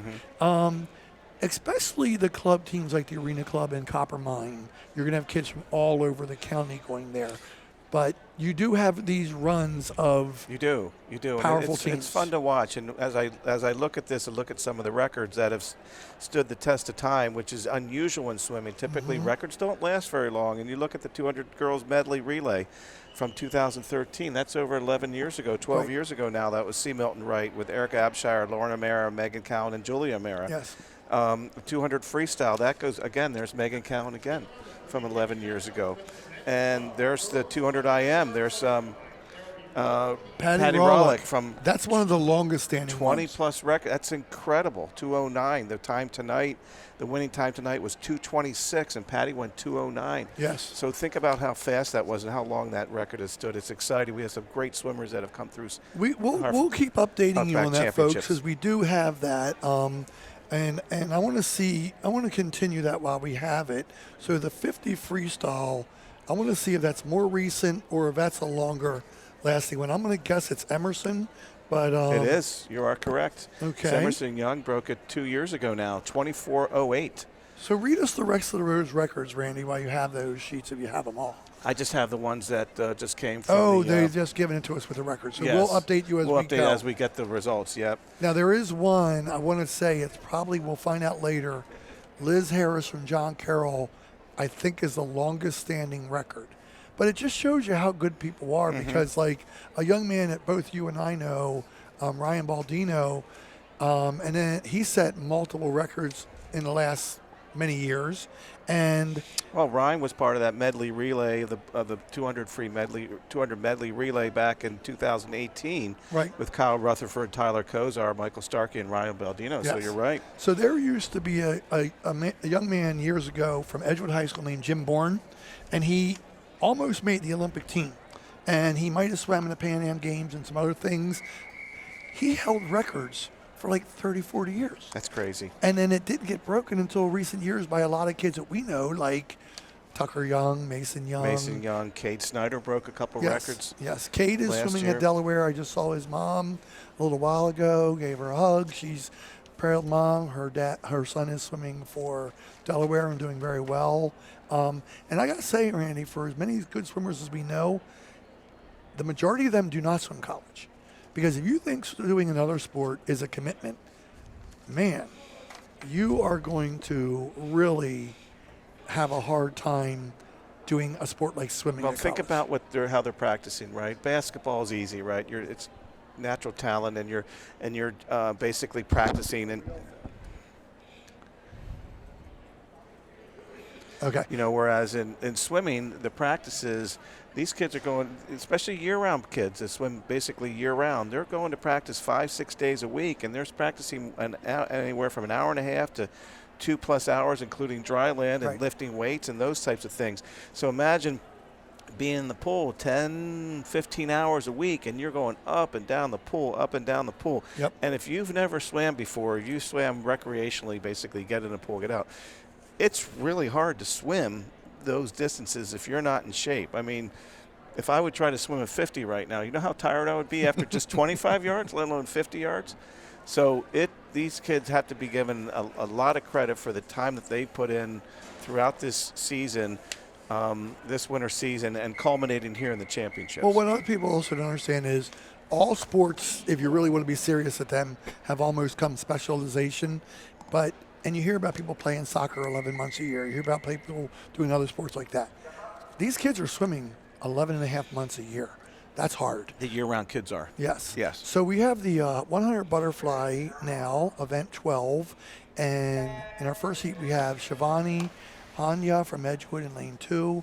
We have Corinne McCragan from Edgewood in lane 3. And we have Elise Myers from Falston.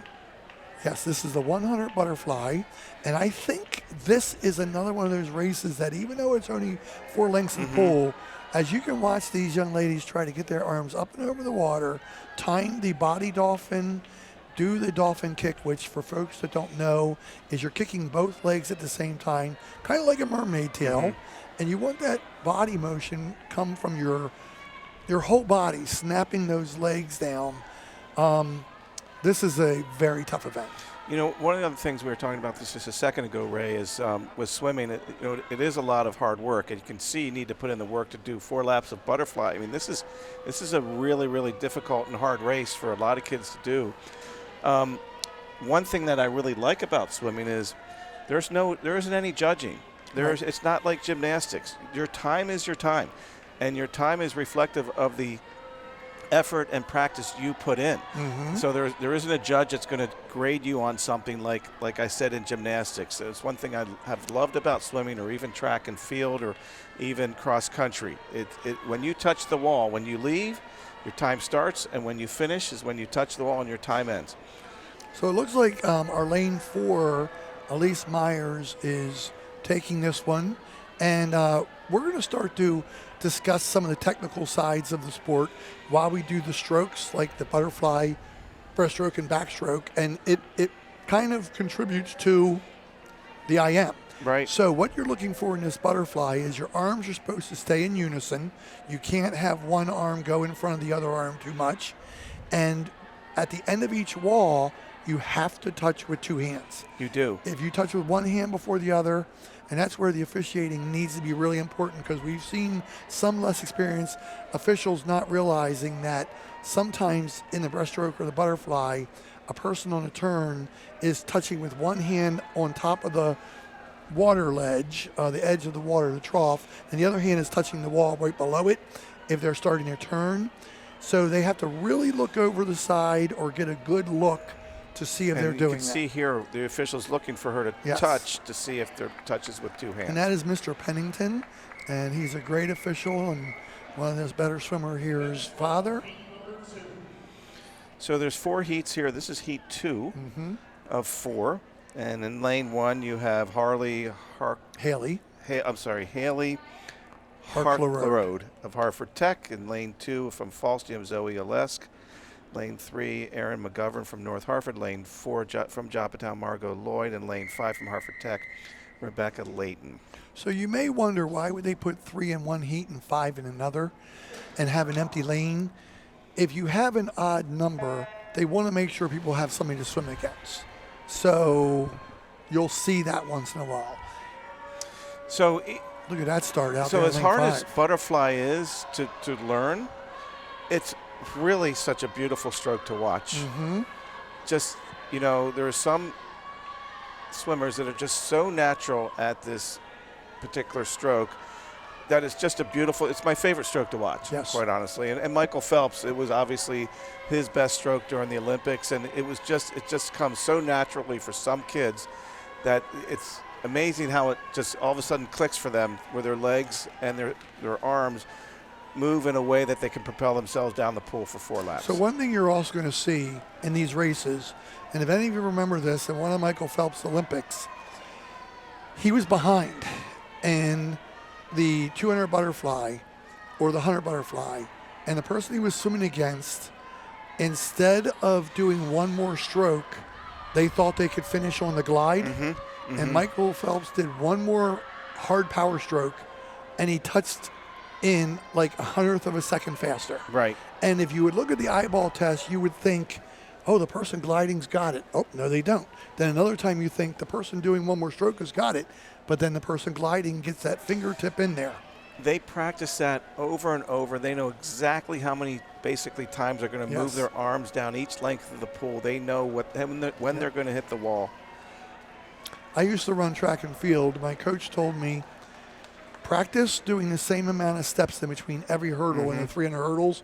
Well, a long time ago, Olympic star for USA, Edwin Moses, he had it down like a robot to the point where he could do like 20 steps in between each block or something like that. And he was a robot. Your most advanced swimmers can do what you said, Randy. And it does matter because they can time it. So what do we got here? Is this heat 3? This is lane, correct, heat 3 of 4. Okay, I'll get this one. We got Mo Roner from Edgewood in lane 1, daughter of a friend of mine. Sybil will shout out to mom. Morgan Wood from Seamount Wright in lane 2. Bella Sargent from Bel Air in lane 3. Samantha Clausen from Elkton in lane 4, Emma Fosenbacher from the Cougars, Folsom Cougars in 5, and Sophia Robertson from North Hartford. And all of these swimmers, for the most part, are within a few seconds of each other. So I think we're going to see a good race here, maybe more so for second and third or fourth. So we'll see how this ends up here, but excited to see these last couple races for sure. Well, Bella Surgeon has a seed time that is 3 seconds faster than the next girl. And if she is that much faster, she needs to race herself. And she needs to see if she could beat the slowest time in the next heat. And that's what people do. So now you have a good shot at her, and then we're going to see what the battle for second place is. Looks like Morgan Wood in lane 2 is fighting with you got lane 4 girls there. Look at this for second place. Basically all 4 of those touched almost the same time. So the walls matter, and who gets a better push-off. This is one of those events that sometimes the young ladies are asked to do, and they don't love it, but they're doing it for the team. A lot of times what could happen here, this last 20 yards, you start to tighten up a little bit, and your legs hurt, your arms hurt. There we go. Lane 3 came in at about a 124. But you can see things just tighten up, and as much as you want to finish, your body just doesn't want to go. It's exhausting. It is. I'm tired for them. When my daughter would ask me to race her than this, I was like, nah, how about we do that thing called the freestyle? I don't want to do that butterfly against you. So here we are. Oh, you know my daughter, and she could definitely beat both of us. So, well, any of our kids could beat any of us. So in the fastest heat here, we are missing a swimmer again. So we have Kendall Chandler from North Hartford in lane 1. No one in lane 2. Gabriella Rosso, our 50 free champ, in lane 3 from Patterson Mill. Ella Seifert, lane 4 from Sea Mountain Wright. We have Mauve Alliger in lane 5 from Bel Air. And we have Alina Barkakowski from Harford Tech in lane 6. So I think you're going to see our middle 2 take this out a little bit more aggressively. And we talked about the timing of the wall. Yep. So Ella Seifert and Gabby came into that wall at the 25 with very good timing. What's amazing, especially in some of these final heats here, just they make the stroke look so effortless. Look at Gabby Rosso. I mean, she's such a beautiful butterfly. She goes right down the pool like it's effortless. So it looks like Gabby is doing a great job pushing the pace for Ella. Ella is basically telling herself, I'm in this, and I'm going to try to stay with her. And then you really don't know. But I'll tell you what, even if Ella gets second place, she's pulling away from the rest of the girls in chasing down Gabby. So Gabby is going to come out with her second title of the night. Great way for a senior to end their senior year in their last UCBACs. I was talking to her before, and I was like, isn't it weird that this is your last UCBAC? She said, I can't believe it. And I think both of those top 2 swimmers had best times. Yeah, it looks like our outside lanes. I want to see these times because I think we're going to have a lot of best times here. So second place was 111. I didn't get to see the first place time. First place time was about a 106.5. So she had their best time of the season. Right. I'm not sure if that's her best time. She dropped 4 and Ella dropped 2. That's outstanding. Sometimes these swimmers, as they get into their senior year, they, this is their final year. Okay, so we're on to the 100 free. 100 freestyle is our next sprint, and I'm going to try to be nice to Randy and not always give him the tough names to pronunciate. So in the heat 1, we have Jonay Jackson from Joppatown, Jasmine Collins in lane 2. Oh, I'm sorry, we don't have anybody in lane 1. So Jonay Jackson is in lane 2. Jasmine Collins from Joppatown's in lane 3. Shayla Jackson from Aberdeen in lane 4. Ella LeBeau from Edgewood in lane 5, and Allison Herrera from Edgewood in lane 6. Randy, we have friends of ours walking by us taking our pictures. Is that because they're impressed by us, or they're going to make fun of us? Which do you think? I think it might be the second part of that. The 100 free is an interesting race here. Over time, this race has really become more of a 50 where you're sprinting. What I mean by that is a 50. When you're swimming the 50-yard freestyle, it's an all-out sprint. You're in some cases, you're not even breathing other than when you dive. You're not taking a breath up and down the pool.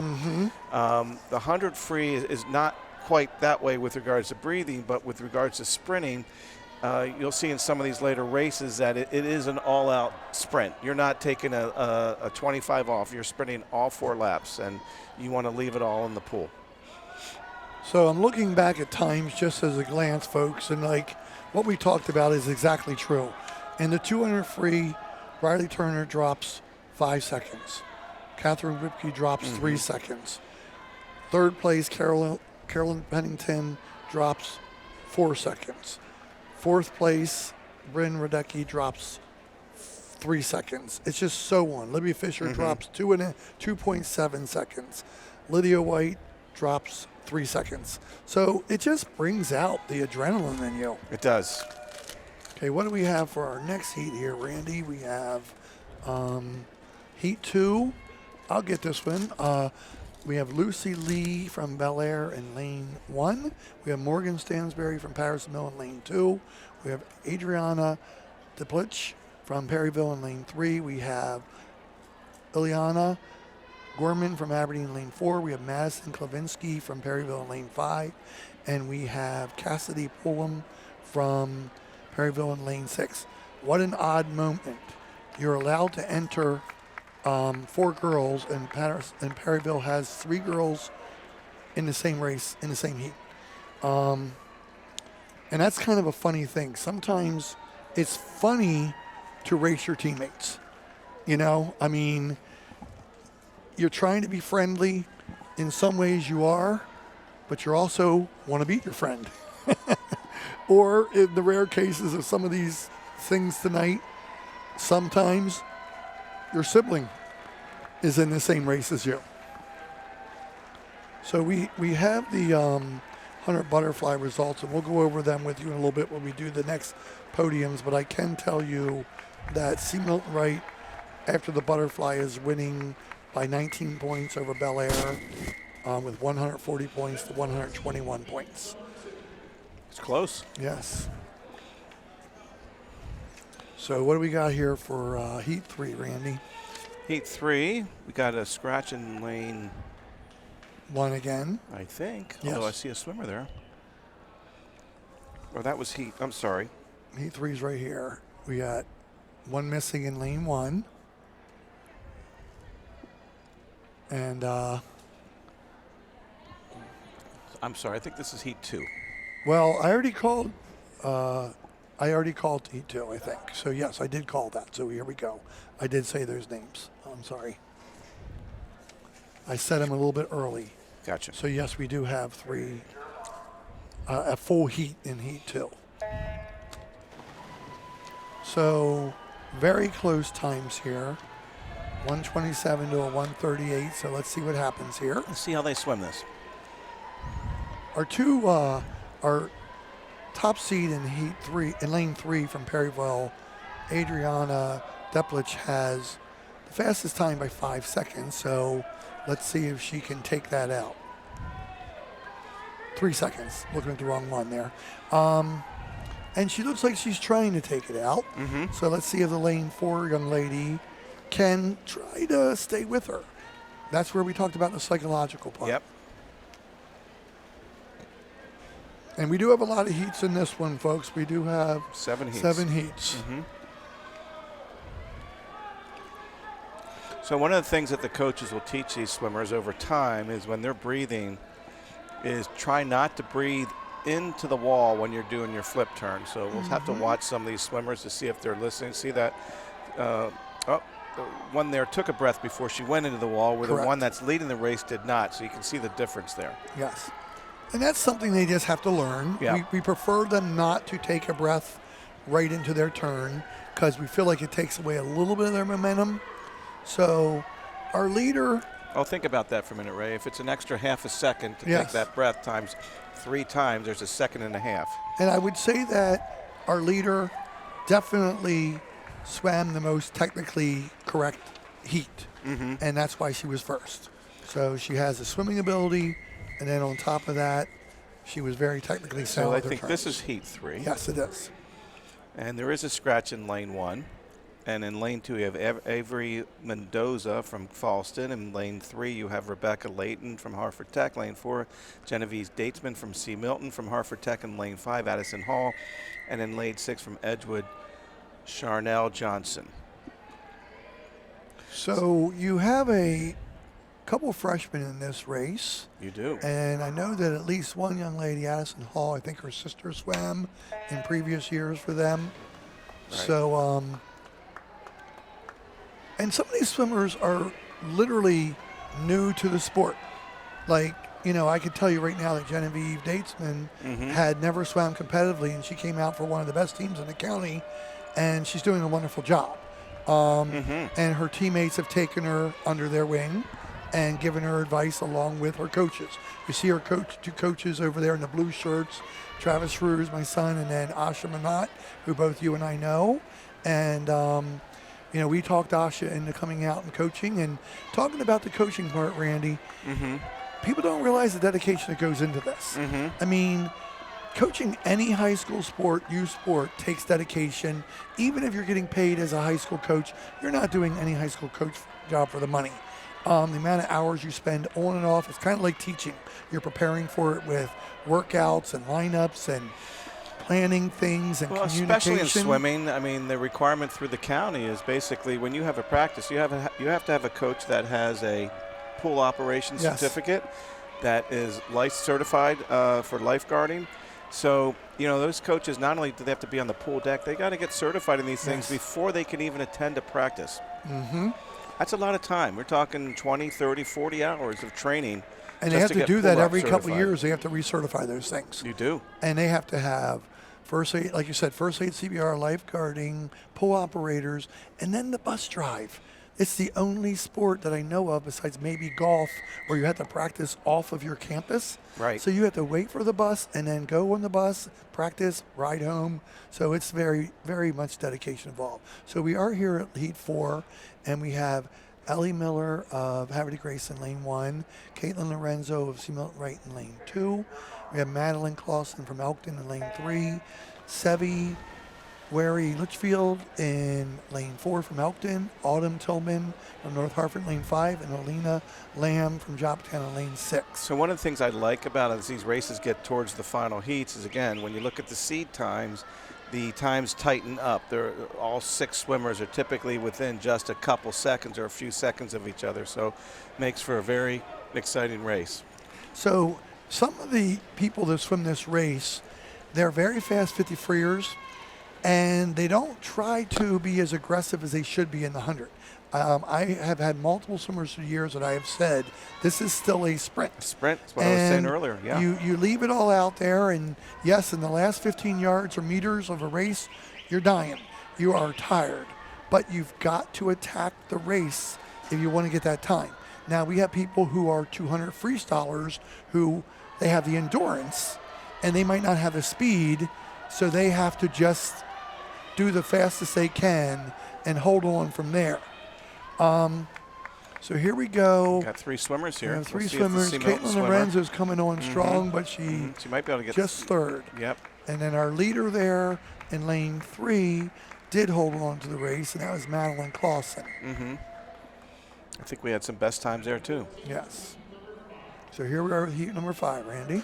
So heat number 5, we have all 6 swimmers here. They're all within about 2 seconds of each other, which should be a lot of fun here in a minute.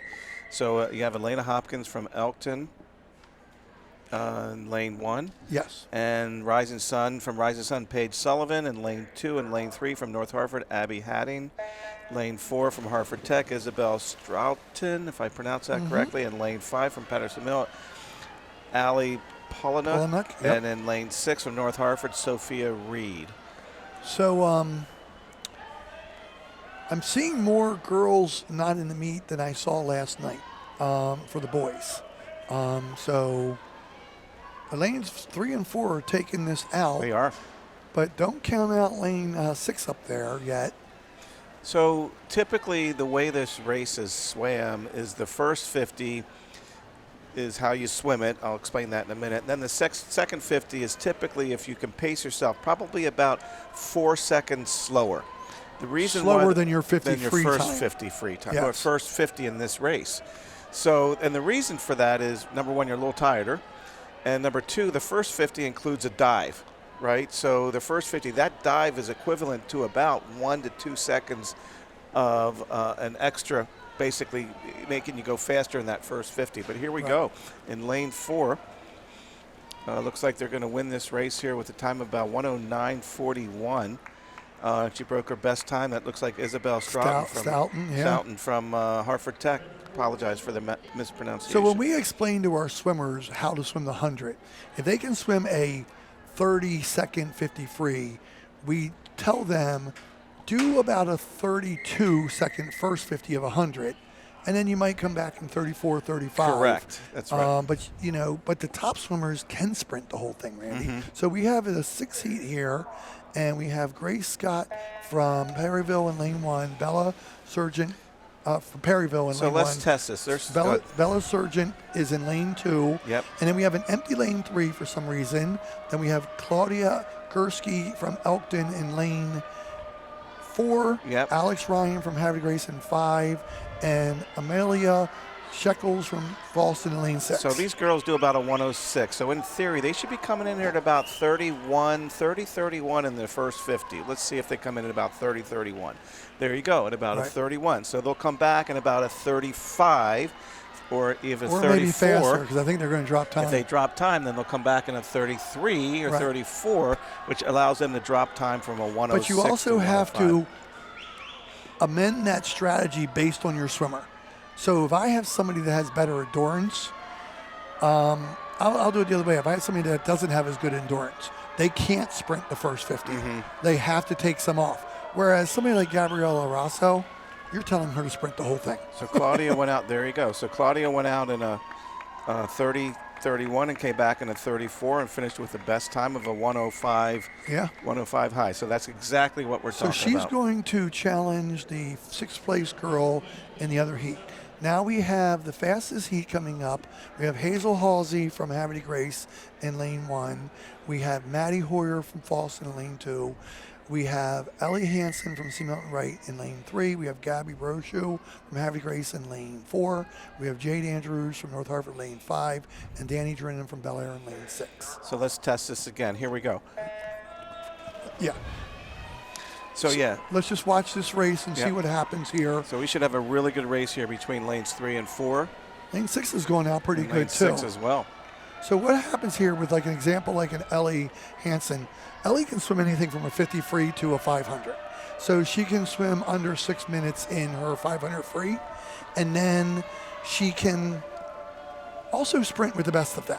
So here she is taking out the lead in the 100 freestyle. And even though her time is 58.02, Ellie has swam relay splits in the 55, 54 range. She's amazing. You see these quick turns and the power she comes off with it. But Gabby Brochu is swimming a great race in number 2. And who do we have up there in lane 6? That Danny Drennan. Yep. Yeah, she's really out swimming her seed. So look at that. Yeah, 55.54. That's amazing. She's going to be very happy with that time. And then Danny Drennan, like, that's that thing we talk about the team score. She's trying to help her team win the overall championship. She just moved up 2 spots. That matters. Right. And you might have had Claudia Gursky get into that final heat with her time from earlier. Yeah. So here we come to the 500 freestyle. And this is, some people say, well, isn't this the toughest race compared to the 200 AM? Yes, in a way, but a different kind of tough. This is the endurance race. This is running the mile or 2 mile in track and field. You want to pace yourself, but not too much. And especially when we get to the fastest heat tonight, you'll see what we're talking about with that.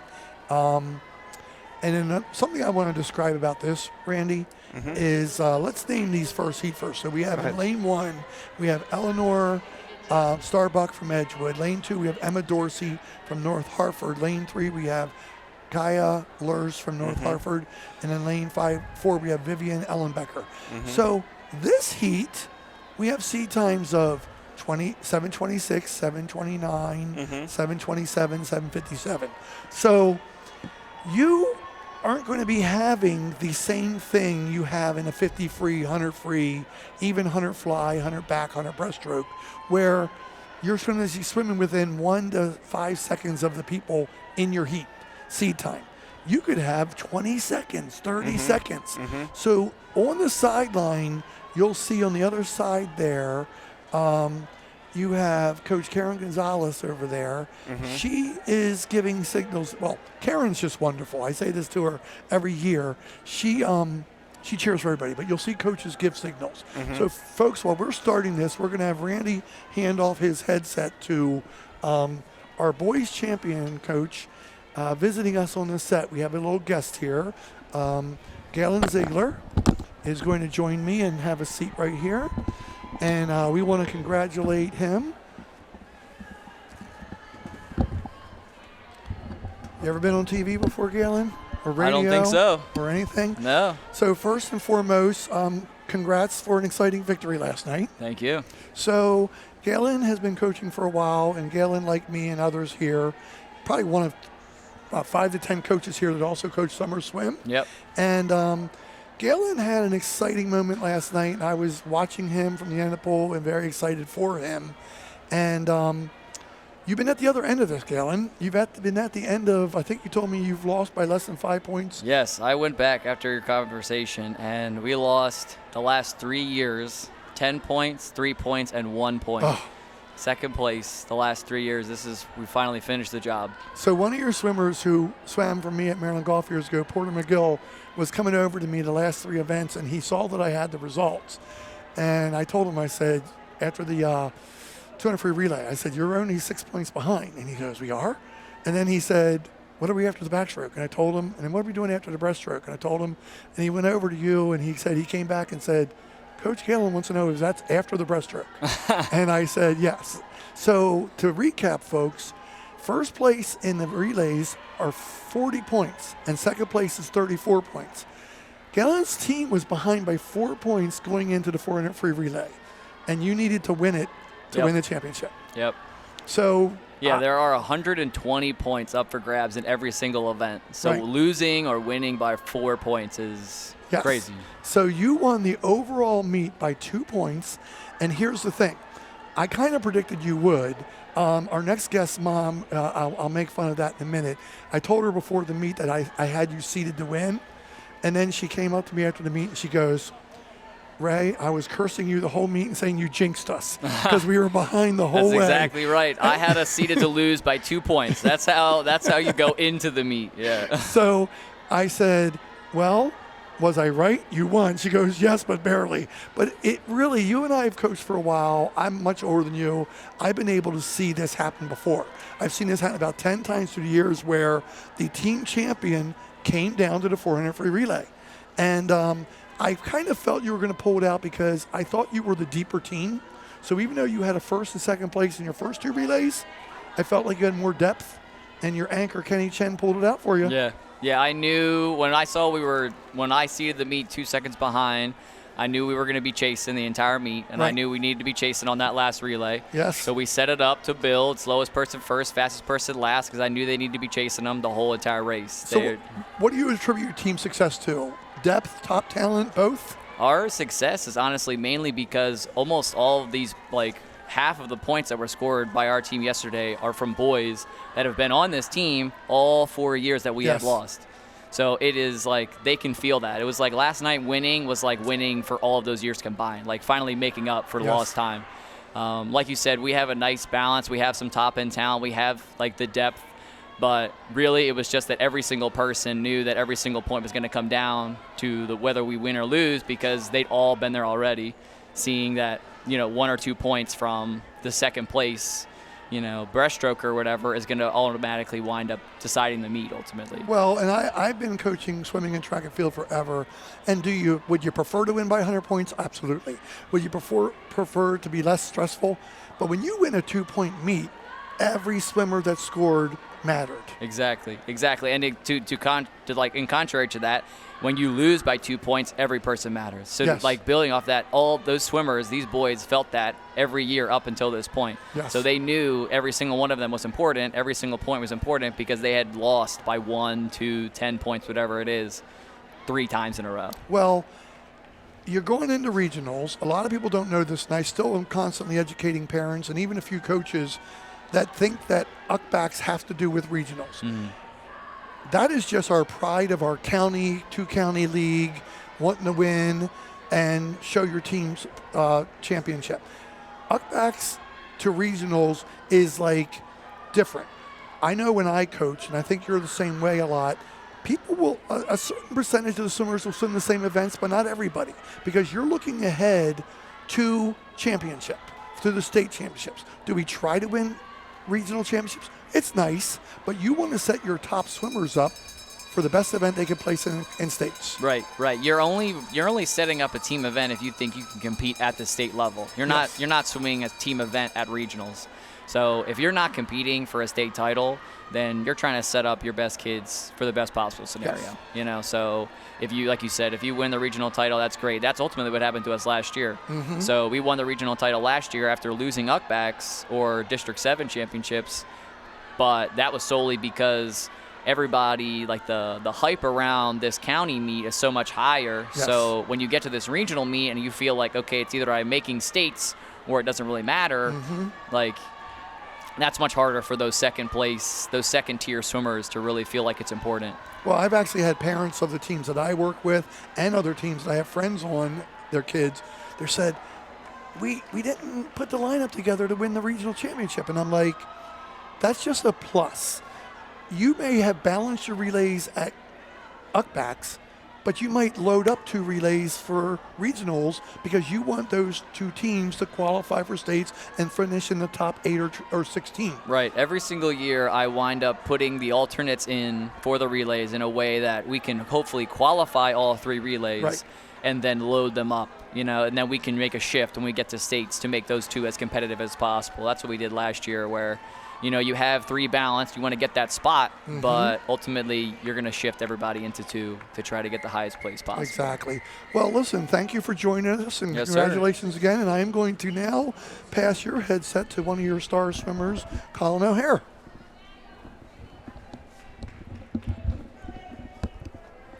So welcome, Colin. Hello. So Colin is arguably one of the best. I don't want to say the best because there's 2 or 3, but he's one of the top couple swimmers in the county. There you see him on the podium winning his 100 freestyle, and he also won the 100 backstroke. I was lucky to know Colin as a really little boy when his sister did my swim classes, and I think Colin might have done him a little bit, and he's friends with a lot of people that I know in the swimming world. Colin, what's it like to finish your last UCBACs? It's a great feeling to be able to come out on a successful note to end off my 4 years. It was really a team effort. There was incredible competition across the board. There always is. And just that push that our team could finally get over the hump. As Galen mentioned, we had that chip on our shoulder, having come up short by very small margins before. So it was just an incredible moment to finally get it done. Well, I was happy for you, and let me just announce this heat real quick. Heat 2, we have Maddie Birch from Falston in lane 1, Michaela Schlepper from Rising Sun in lane 2, Sierra Stamper from Sea Milton Wright in lane 3, Avery Gallagher from Bel Air in lane 4, Jenny Phillips from Falston in lane 5, and Rowan Michael from Edgewood in lane 6. Now, before I jump back to some more questions, this event is near and dear to your heart. You've won it. Did you win your freshman, sophomore, and junior year? Yes, sir. So you took a break from it this year. Was the reason, I'm going to get in Galen's head a little bit, sometimes coaches ask swimmers to do another event for the team. So did he ask you to do another event, or did you ask to do the 100 free? So I give Galen my 100% trust all the time. He came to me and asked me, he said 100 free, 100 back. He put his trust in me to go out, get the job done in those events. And it was hard to step away from the 500 because it is one of my favorite events to swim. But, everybody has to make sacrifices to get the job done for the team. and it was still very exciting.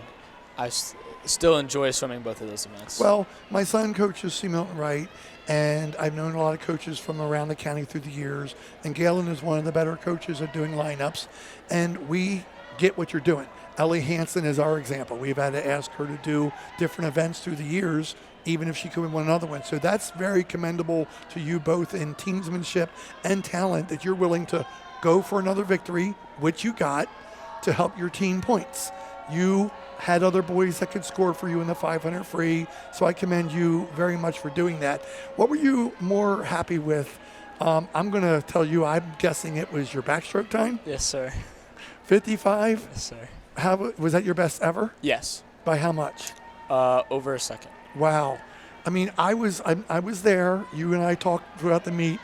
I gave you some high fives, fist bumps, and I'm down there watching, and people were getting in my way, and I'm looking down, and I looked up at the scoreboard because I didn't see the time, and I was like, wow, that was amazing. And most people can't do 100 free in 55 seconds, and here you are doing 100 backstroke. What do you like better, the distance, middle distance, sprints, or the backstroke? I really, throughout my entire high school career, have really enjoyed the distance events like the 500 and towards the 200, but this year and especially, I just have been having so much fun going out and sprinting, really just trying to go as fast as possible in those events and lower those times as I've kind of grown and matured into those events, starting from the 500. Well, boys get stronger their junior and senior year. Cannot tell you how many times I've seen people coming into high school with a 27-second 50 free, and then they're swimming a 23-second 50 free in their senior year. So obviously, the stronger you get, the older you get, you see the speed ramp up. I know you could have been in contention for 4 or 5 of the events, but you, and along with the young man Jude from Tech, and then a couple other swimmers around the county, could probably do 5 events and do them well. But tell me about the mental side of swimming this 500 when you're ahead by 20 yards, or in your club meets when you're behind by a lap. What do you have to tell yourself? 500 is all about consistency. It's how long can you stay consistent for, how tough mentally can you be. Right. And so when you're ahead by a lot, you have to stay consistent. You can't let off the gas at all. And when you're behind by a lot, you just have to trust in, one, your coaches that are pacing you, who is counting for you, your pacing, because it's a marathon, it's not a sprint. You really have to stay consistent and take the opportunities that you can get to jump up or keep building that lead. So in watching this race, you can see as an example, our 2 middle lanes with Sierra Stamper and Avery Gallagher are doing a good job. But look who's stealing the race here so far in lane 2. The rising sun girl, Michaela Schlepper, is pulling away. Now, what people don't know about this race is she might be hurting right now, but they don't know that. So it's the psychological part you talk about. Yep. She's trying to make them hurt and break them, and then hope that they can't get her. Now, if these two see at any point that she's slowing down, that'll give them hope to catch up. So with two meets to go in your high school career, what's your goal for these last 2 meets? I really want to make it to state championships. Really keep learning that times. I'm trying to get down to a couple of the sectional cuts for club swimming. Okay. So just really keep my foot on the gas, keep pushing towards those end-of-year championships as they are approaching really fast. Well, and I want to say one more thing I like about you, Colin, is you're very sportsmanlike, and you cheer for teammates, and people see this in different sports. I know one of your good friends, Luke Bahala, swims for C. Milton Wright. Even though you didn't get the race, and how nice it was for you to see your friend win a championship? It was incredible. Me and him have gone at it in that race for 3 years, and it was nice to finally see him be able to go out against competition and really push himself, as I know he always does. He loves to be a competitor. He loves to race, and it was incredible to see him get his championship that he deserves. That's awesome. Well, good luck to you in regionals. I'll see you there. Good luck at states, and thank you for visiting with us. Thank you very much. Take care, bud. You too. So we got the bell lap here, folks, and as we said, it looks like our lane 2 swimmer, Michaela Schlepper, is going to steal the race. And, that's what just happens sometimes. What we don't know about her is maybe Michaela's only swam this event a couple times. And so, Randy, welcome back. It was great to have Galen and Colin interviewed. Something I wanted to add to the meet, Colin was one of our 3 gold medal winners last night because he was on a winning relay as well. And Colin, so look at this battle for second place here. Sierra Stamper is moving out there. And remind me of that 6:41 time later on because I think Michaela dropped 20 seconds. And sure did. Looks like the other people are coming in here. So second place went to 6:54. Yeah, both and took some she time just off. outtouched Sierra Stamper, but Sierra Stamper got also a 6:54, and she knocked 3 seconds off of her time. So what's going to be interesting is I think our winner of this heat is going to 6:41. compete with people from the next heat. Because our 4th and 5th seeds of the next heat have a time slower than our leader got in this race. Now we had Michaela Schlepper won that race, and we had Avery Alliger second and Sierra Stamper third. And now we have, so Randy's just showing me something here. After the 100 freestyle, we have Seamount Wright winning with 161 points to Bel Air Bobcats 143 points. It's close. Yes. Very close. So here we are with the fast heat, and we have Ava Sealy from North Hartford in lane 1, Libby Fisher from Seamount Wright in lane 2, Carolyn Pennington from Elkton in lane 3, and Bryn Radecki in lane 4 from Bel Air, and Grayson Contance in lane 6. So I have a little story to tell you folks about Carolyn Pennington. I think some of the people call her Kara, but I'm not positive. Her father is one of the, he's our starter tonight. And, just a really amazing story for this young lady. So I'm finding my phone here to find the information that Dad sent me. And Carolyn is a Paralympian. And she is not just a Paralympian, she is a very highly decorated one. So her favorite event is the 500. But Kara is a U.S. National Para Swim Team member. That's outstanding. She placed third in the 400-meter free, and she also placed in the third in the 100-meter back and 100-meter free at the U.S. Para National Championships in December in Orlando. She is a 2-time Scholar All-American.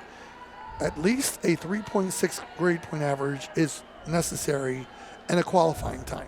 So she didn't need to just be brilliant. She needed to reach exact times. This year, there's a good chance she will be representing the U.S. overseas at the Paralympic meet or 2. She will also probably get some time to train in Colorado Springs. I asked Mom and Dad before the meet, I said, why didn't she go to the Paralympics this last summer?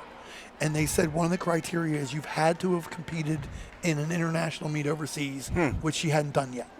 But they think she has the times. So that's outstanding. I mean, what a feel-good story. Well, sub 6 minute 500 is outstanding. Yes. And her seed time is 5:49. So obviously she swam sub 6 minutes during the season. We'll see if she swims that tonight.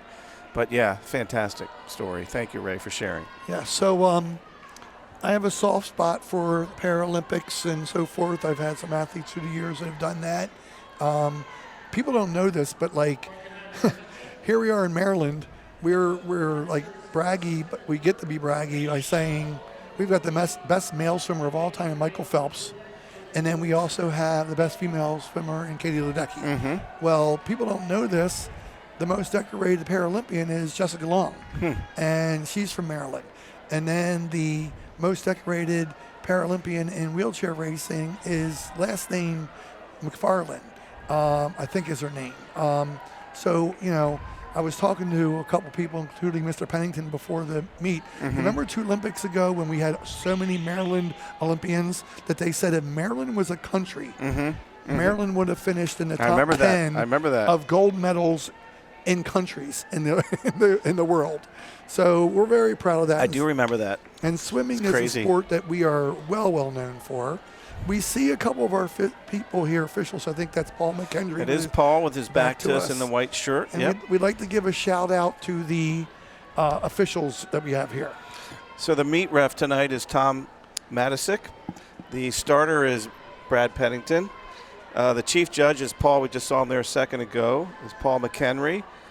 Stroke and turn officials tonight are Kyle Phipps, Kyle Phillips, Susan Gardner, Kim Rosner, and we have one more. Snyder wasn't here. I had it written down, and I will find it. Yes, we were told that one of our officials was not able to make it, but Renee Zidane is also officiating. So here we are in the 500, and I think Kara's pulling away here. She is. And She's correct. She is. is the battle for second place? Well, this is an interesting battle. I was looking at this, Ray, because the team standings are, C. Milton Wright's up by 18 over Bel Air. So, the Bel Air swimmer, I think, is a little ahead here right now. Here's the C. Milton Wright swimmer coming in. This is a 2-point swing, if Bel Air takes second and C. Milton Wright's third. So, But she is seated 6 seconds ahead. she is. So that is a tough standard there. So It is. one thing that's hard there is when you're swimming 2 or 3 lanes apart, sometimes you can see them, sometimes you can't. Basically Carolyn's holding her seed, Libby's holding her seed, Bryn's holding her seed. So really, this is going to be a good battle. All these top teams should have a good 2 relays coming up. So that for scoring purposes, even though each team can enter up to four swimmers, right? Only the top 2 swimmers score. Correct. Okay. So in the earlier heat, Sierra Stamper had a great time. Basically held her seed, and they also had a Bel Air swimmer. So for the purposes of the team race, after the 500 free, we'll probably stay at about an 18-point lead for C. Milton. My math is correct.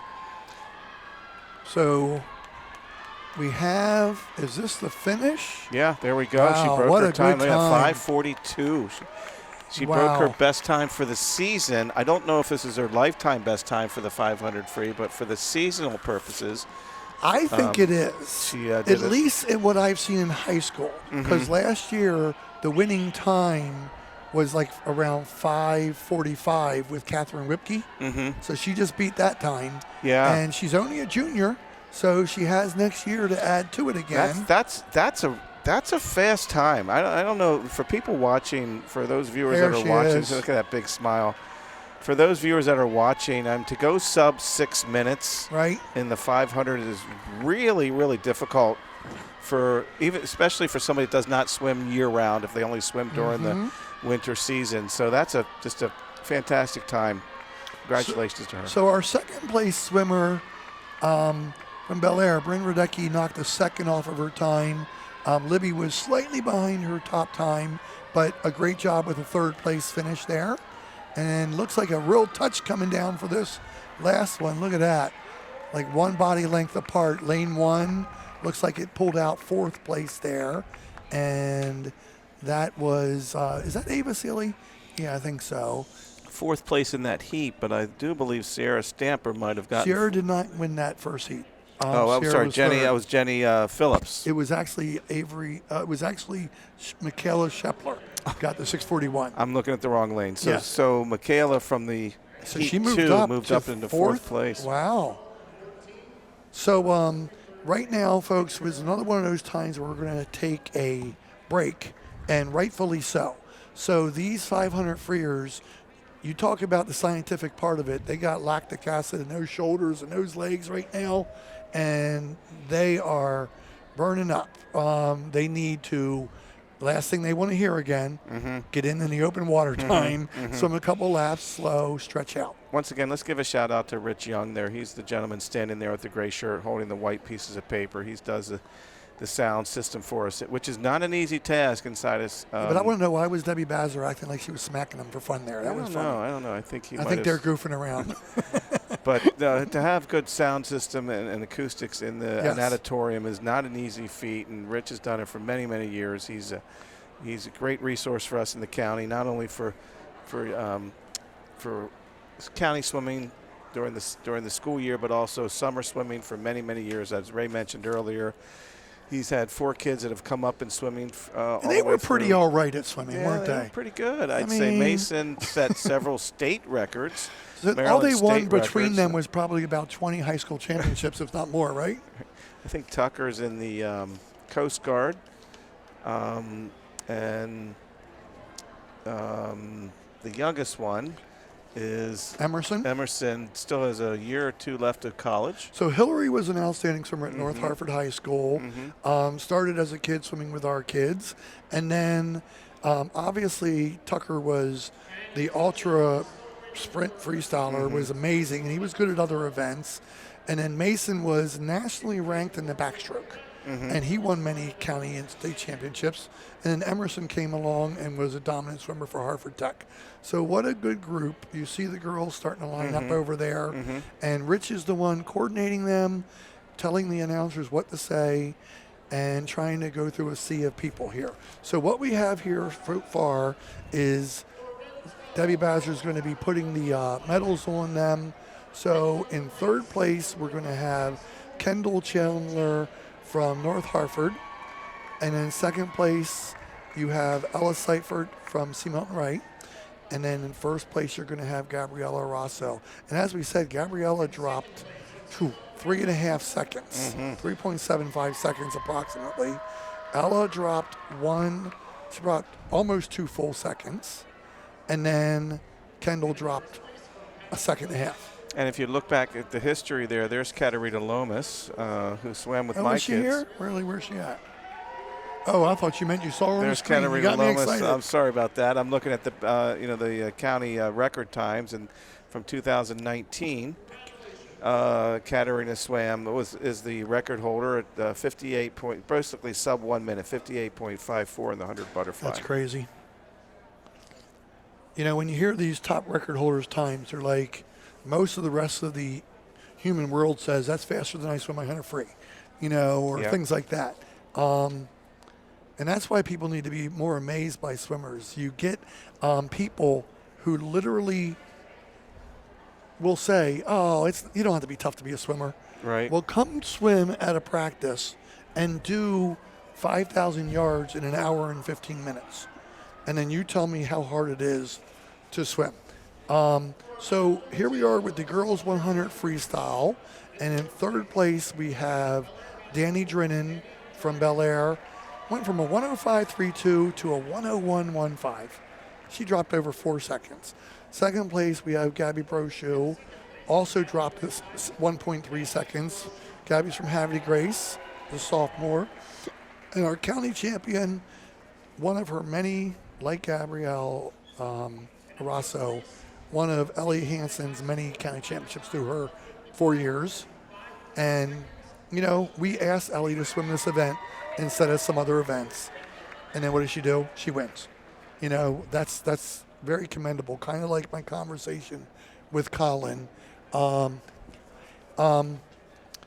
there's a nice picture there. What you have here fantastic. Is a lot of these girls and boys are friends with each other. As I was saying with Colin, he was literally rooting for 2 or 3 other people from other schools last night. And these girls were cheering for people from around the county. Now listen to this, if you're a historian, Ray, and you've been following the sport for many years. This was a really old one, yes. Here's an old record for you for the 100 free. Katie Novotny, you ready for this? 1996. Yes. So her record will live for at least another year, right? So she swam that in 52:44. Katie did my lifeguarding class with me that I was the instructor for, and one of the tests was you had to swim a 25 free under 25 seconds. She laughed at me. She said, how about if I do it in 10? Okay, go ahead, do that. So here we are with the 500 freestyle, and as we said, third place, Libby Fisher for C. Milton Wright. Great job, Libby. And second place, Bryn Radecki from Bel Air Bobcats. Knocked a second off her time. And then first place, Carolyn Pennington, swimming a 5:42 for her first place swim. Fantastic. As we said earlier, fantastic swimmer. Again, I want to point out the fourth place swimmer took 20 seconds off her time. From a 6th or 7th seed, worked her way all the way back up to a 4th seed with a 6:41, Michaela Shepler. So great swim by her, too. And if we look at our team standings, scores. yes. So after the 500 free, C. Milton Wright has 188, Bel Air has 172. So it's only a 16-point gap. And that comes back to what we were saying earlier. These relays are worth double amount of points. So you got to be really careful to not have a DQ false start on a relay or a transition. And we're gonna we'll watch that closely when the races come up here, Ray. We got 2 more relays coming up: the 200 free relay, and then ultimately the this meet could come down to the final relay. Well, we have a battle for third place, and this is where I want to bring up the. We do. Look at that. North Hartford has 131 and Patterson Mill has 125. Patterson Mill, very impressive because they have a small team like C. Milton Wright and some of the other teams that are swimming with a small team. Havity Grace is in 8th place and they have a very small team. But I told you earlier, North Hartford's sneaky good. They have a lot of depth and it's showing in their third place contention right now. So we're going to have a little bit open swim right now, but we're getting ready for the 200 freestyle relay. So this is another really interesting thing here. You've got people who they might have 4 balanced swimmers and their average time might be faster than the other team's average time, whereas another team might have a Gabriella Rosso or an Ellie Hansen in the relay. And if they do, what a difference that makes for their finish. So I'm excited to see how this plays out. Now, we talked about the whole, swimming when you're ahead or swimming when you're behind and being able to know, regardless of whether I'm ahead or behind, I need to go. I need to really go. So I have some results here for the overall score. And Bel Air is ahead, and it says this is through event 23. And I think that's after the 500 free, but I'll have to look. So I'll have to see my most, this might be it here, my most update. So I have Bel Air ahead with 482, Harvard Tech 409. C. Milton Wright's coming on Harvard Tech. They have 390, so they might sneak up to second place. But catching Bel Air for the first overall is going to be tough for anybody at this point. So speaking about this relay, Ray, this next relay, this is interesting. If you look at the times in the final, in the second heat, all of them, at least 5 of the 6, are literally within 2 seconds.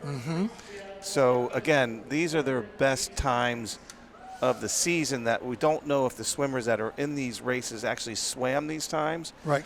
But the times that are seeded, kind of, if they did, this would be a very interesting, fun race, a bang finish. So this is going to be fun to watch here in the second heat. And you never know in this first heat too, if these swimmers that are in there were the swimmers that swam it for the season. So sometimes, as Ray mentioned earlier, the coaches might be loading a particular relay with their best swimmers, and we might find a relay that's in the first heat will come out and make a challenge for a top finish in the second heat. So we're going to find that out very soon. So one thing that is interesting is, like, the coaches do not have to, in pre-meet, like maybe the week before when they had to submit their entries, all they have to do is list 8 swimmers for each relay. Now, they can list their top swimmer, Havity Grace, Charlie can list Brochu in all 3 relays. But since she's swimming, and I didn't say this earlier, you're allowed to swim 4 events. It can either be 2 individual and 2 relay, or 1 individual and 3 relays. Now, people rarely do the 1 individual and 3 relay unless your team is really deep and that person is like a specialist. Like, I know the Jenkins girl told me that she was doing 3 relays tonight because she's coming off that injury, and she didn't want to swim more than a 50 free. So she's only swimming the 400 free relay. That's the only thing she has to do 100 in. Now, that really benefits her team a lot. But with that said, From a relay standpoint. yes. Well, and it benefits them. And I've had a few swimmers through the years. I had a boy at John Carroll and a boy at Bel Air once who they were just sprint freestylers, but they were much better at the 50 free than the 100 free. So in the 100 free, they weren't going to be as valuable because I had 2 other boys ahead of them. And yes, so the boys ahead of them were going to score for them. But it was beneficial for him to be on the 400 free relay as their 4th fastest 100 freer. And he was on the anchor of the medley relay doing the freestyle, on the anchor of the 200 free relay doing the freestyle. So that's the rare time you do that. But I will tell you, looking at this event, that is a loaded up race. It is. I mean, that is a very good. Now watch out for this. Lane 6 is Patterson Mill with Lily Shope, Yep. Hannah Harley, Grace Contance, and Gabby Rosso. So the top seed, C. Milton Wright, is not going to be able to see them as well. So it'll be interesting to see how that plays out. I can tell you that the Harvard Tech relay is loaded up as well. The Haverty Grace relay, that is their fastest 4 girls. So very interesting to see. So we only have 4 races left, folks, in this close team race. Wow, only 4 races. Yes, and I can tell you looking ahead, and by the way, I want to backtrack and just tell you one thing. Our record holder from the 500 free was Liz Harris, as I mentioned. What was her year, Randy? I think she might be the oldest one record for the girls' side. 1991. Yes. Wow. So she was, Look at that. she graduated the You year, coached her too. just missed her by 1 year. So I went in and I got the job, and right away I looked at previous year results, and I said, please tell me this Liz Harris girl is a underclassman. They said, no, she just graduated. But I know her mom, and it's funny because when her mom sees me at summer swim meets, she belongs to Maryland Golf, and she'll come out and see me once a year, and she'll say, does Liz still have a record? That's funny. Yep. Yes, she does. Stood for another year. Well, what was the time? Because 5:01. that's outstanding. That is Yeah. so hard to reach. 5:08. I'm sorry. 5:08.13. That's one of those records where it's a reason that record still stands. Yes. You know, how many girls have we had get near under even a 520 through the years? I mean, Megan Cowan from C. Milton Wright, I would say, might have been able to get near that park. Lauren O'Mara. Katarina Lomas, I think, did 5:20 something. Yes. 5:24, 5:25. Emily Ian-Pierre from North Hartford. I mean, there's been a handful.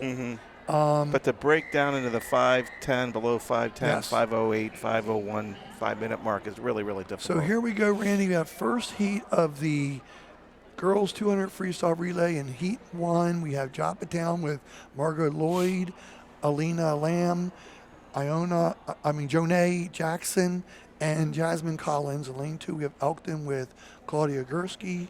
We have Sevi Wary Lynchfield. We have Samantha Clausen. We have Carolyn Pennington just coming off that 500. Yep.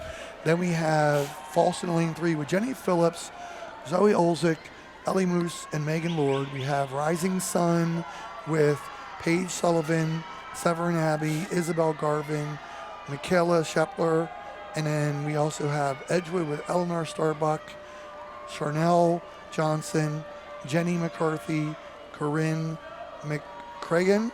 We have Aberdeen with Eliana Gorman, Samia Barksdale, Lorna Amodoho, and Cecilia Gonzalez.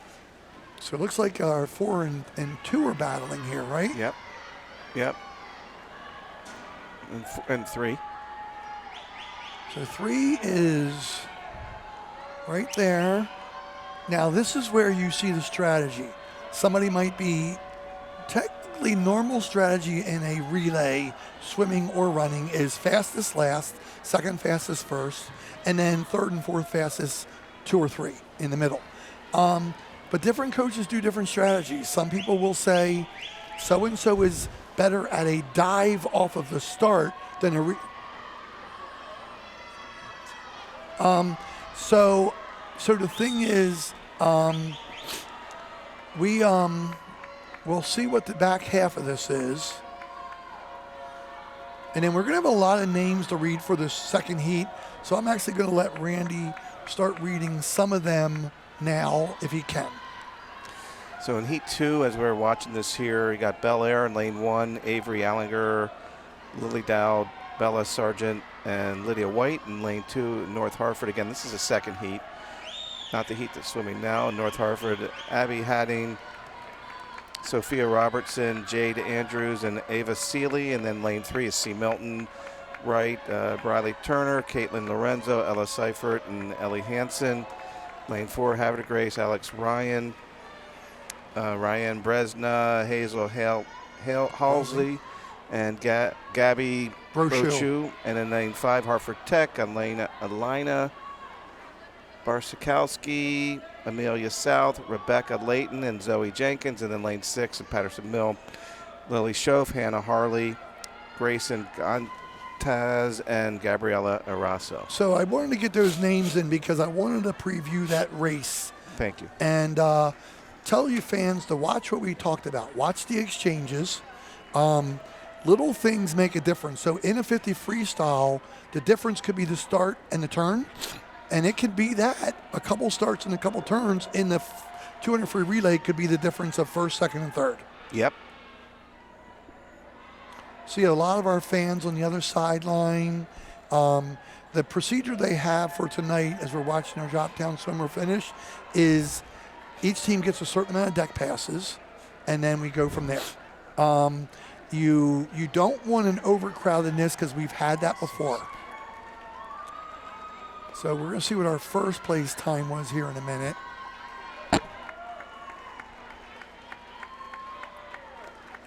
Good job, everybody cheering for the last team to come in.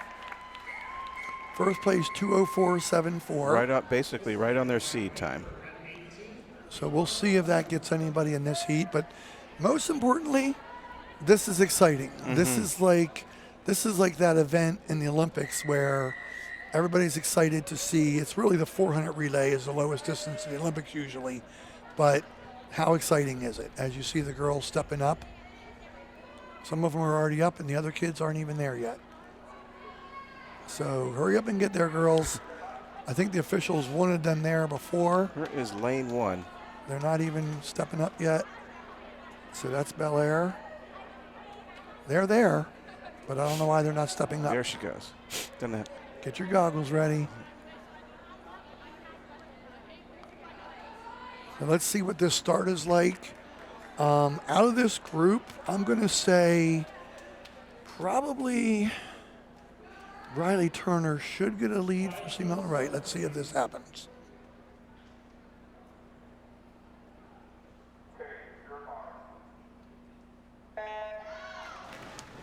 So good start there.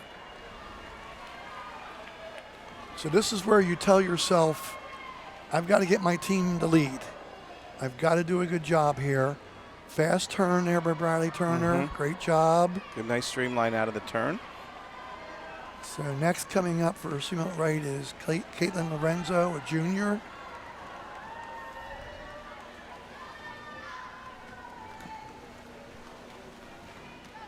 So we see Bel Air and North Hartford diving in there on the outside. It was a close shot at them. Caitlin really works hard in her stroke. I mean, she churns that water. And we have a thing in swimming, folks, where we say we want white water. We want people to churn. So you got lane 3, C. Milton, and lane 5 now. Hartford Tech being Hartford Tech's very close. very good. Tech is they're neck and neck right here. So our third swimmer for Hartford Tech is going to be, it looks like Rebecca Layton. And then Ella over on the other side. Ella Seifert. Ella Seifert for C. Milton Wright. So if Ella brings us home with the right lead, she's got her anchor in Ellie Hansen. So this is a very impressive swim by C. Milton Wright. Ellie took a safe dive, which we talked about. She made sure her teammate touched. And I think you have Gabriella out there in lane 6. She dove in in 6th place. Let's see if she's already caught 2 lanes. Let's see if she catches the other 2. So as Ellie Hansen comes in for the win, Gabriella's pulled up to 3rd. Don't think she'll quite catch the Havre de Grace team. Very impressive swim by Gabriella Rosso. Great swim by the C. Milton Wright girls. So let's see what their time was versus their. I missed it. Their C time probably wasn't near this time. No. I think they were around 153, and their C time was 158. Yeah. Somebody's cap in the water. Good shot by our cameraman. And real quick, shout out to our crew. You know, our cameramen are great. Our people in our truck, the sound people, the producers, everybody. I can't take a still picture with a camera or my phone. And I know we have Dennis Cassidy is our producer for today. And we have Tim Resna out there in the truck. I think he's doing sound tonight, but I'm not sure. So the thing is, I've been at a lot of these games, and they're doing this for baseball games, football games in bad weather, up on tops of bleachers, out in outfields. They do a wonderful job. So here we go with the first heat of the girls' 100 backstroke. And by the way, do you have the record for that 200 free relay? Oh, you know what? They're going to send us the results. We'll have it. So in our first heat of the girls' This backstroke, might be heat 2. yeah, they don't have heat 1 anymore. So we've got Elise Mueller from Havre de Grace. We have Sarah Gonzalez from Harford Tech in lane 2. We have Shayla Jackson from Aberdeen in lane 3. We have Isabella Chadwick from Havre de Grace in lane 4. We have Hartford Tech Charlize Hernecker in lane 5, and we have Madison Mosen from Havre de Grace. Now in this race, Randy, it's very technical. They're doing basically a backward dive from holding on to the bar, putting their feet on the wall. They pull up right on this set mark, and on the noise, they throw themselves back and do a very powerful back dive, which goes into a streamline under the water, come up, and then start swimming fast. Then every time they turn, they're allowed to roll to their stomach, as you'll see right here, and they're allowed to do 1 freestyle pull and then turn. If they do a second freestyle pull, that's a disqualification. So now you're going to see how much the walls matter. Good shot of our fans cheering here, a lot of our swimmers. I think we have lane 5 up there in the lead with Charlize Hernecker. From Harford Tech. Well, Harford Tech is trying to hold off C. Milton Wright for the overall 2nd place. And even though there's only a plaque for 1st place, you don't think 2nd place matters to these kids over 2nd? It does. I mean, I like to tell my kids, especially if they're a small team, you finish top 5 and you're doing the smallest teams in the county. For some kids, it determines whether they get dinner the next night. Did you hold dinner and dessert back from your kids, Randy? Never. So here's a finish here. It looks like our lane 2 swimmer, Sarah Gonzalez. I did bribe my kids, though. Bribing, yes. So we never bribed. We just literally, you know, I'm impressed that you swam that event. Like when these club swimmers swim a 400 IM and a mile swim, that's amazing. I think Jamie swam the 1650. Did your kids do that? I don't think they ever did that. I mean, right? that's crazy amount. So Randy, tell us our 3rd heat here. All right, we're in heat 3 of 6, it looks like, in event number 20. So in lane 1 from Patterson Mill, we got Morgan Stansberry. Lanes 2 from Elkson, we got Keely Carter. Lane 3 from Harford Tech, Julian Barquin. Lane 5, we have Corin McCrayen, McCrayen from Edgewood. And lane 6 from Falls, we got Sarah Dorsey. So this is a weird moment here where you have the middle lane out, which means people can't see each other as well.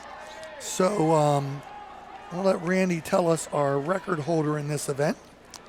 So in that past relay, the 200 free relay that we just watched a second ago, C. Milton Wright did have that record from 11 years ago now with, let's see, both the Amera girls, Julie and Lauren, twin Lauren Amera, Lauren Rutherford, and then also Megan Cowan. So that was quite the relay.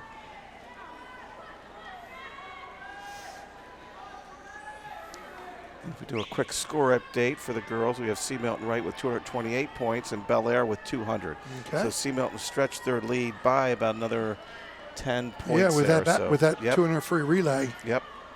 So you talked about the turns here, Randy, and you have some people doing what we call an open turn because they haven't learned the backstroke flip turn yet, and they will. And it's like any other sport. You have a lot of things to master. People don't realize it's not like, soccer. Yes, you learn how to dribble, pass, shoot, etc. But in swimming, you're talking about 4 different strokes: distance, sprints, middle distance, and then the relays. I mean, so the coaches have to have strategy. Mm-hmm. Do I give kids breaks between events? How do I stretch them out so that they're not exhausted? You can't put somebody in 3 of the first 4 events. Things like that just don't work, especially a regular season meet. So we are on heat 4 or 5? Right, I think we're on heat 4. 4, I think we have Charlotte Clement from North Hartford in lane 1, Sophie Reed from North Hartford in lane 2, Ashley Mitchell from Bel Air in lane 3, Brooklyn Shorwick from Bel Air in lane 4, Mo Roner from Edgewood in lane 5, and we have Cassidy Pullum in lane 6 from Perryville. Times are getting a lot closer here, but I will say, look at our first 4, middle 4 are within a few seconds of each other. Mm-hmm.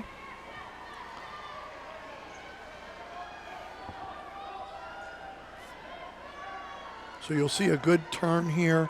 I will tell you, Randy, one thing that's awkward, you talked about the people that can know the amount of strokes they're doing per length. Mm-hmm. Well, even if you normally do 15, well, now if you're actually swimming faster than you've ever swam, Right.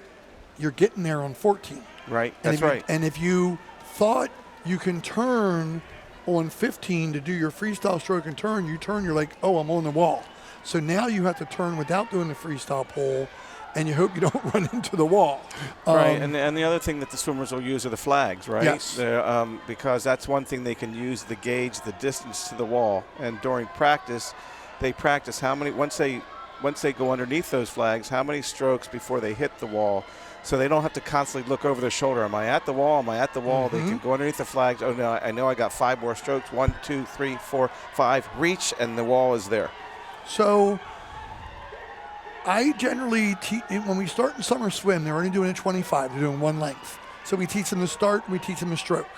But then as they're getting close to the 11-12 age group, to your point, we start teaching them that backstroke flip turn. That's one of the hardest things for them to learn. Right. The freestyle, you do a flip turn forward. The butterfly and breaststroke, you touch with 2 hands, turn your body, push off the wall in your belly, and you go.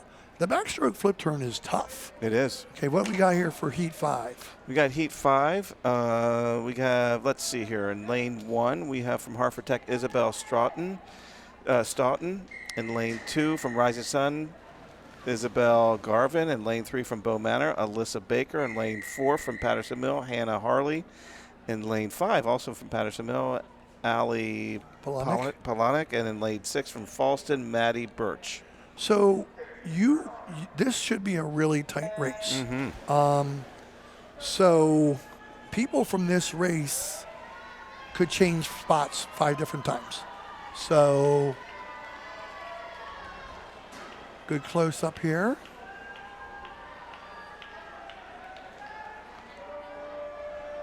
See the people at the end of the pool cheering on their teammates, and I've asked my swimmers through the years, can you even hear me? Can you even hear us? And they say a little bit, but certain strokes it's hard to see the end of the pole. The breaststroke would obviously be the easiest because you're going head first, as you'll see here in a minute. So lane 3 is taking this out, and that is Alyssa Baker from Bow Manor. This is another impressive Cecil County swimmer. Lane 4 is in contention. Lane 1 is doing awfully well right here. Lane 1 might compete for second place in this heat. Mm-hmm. It looks like she's middle 2 lanes are pulling away enough here.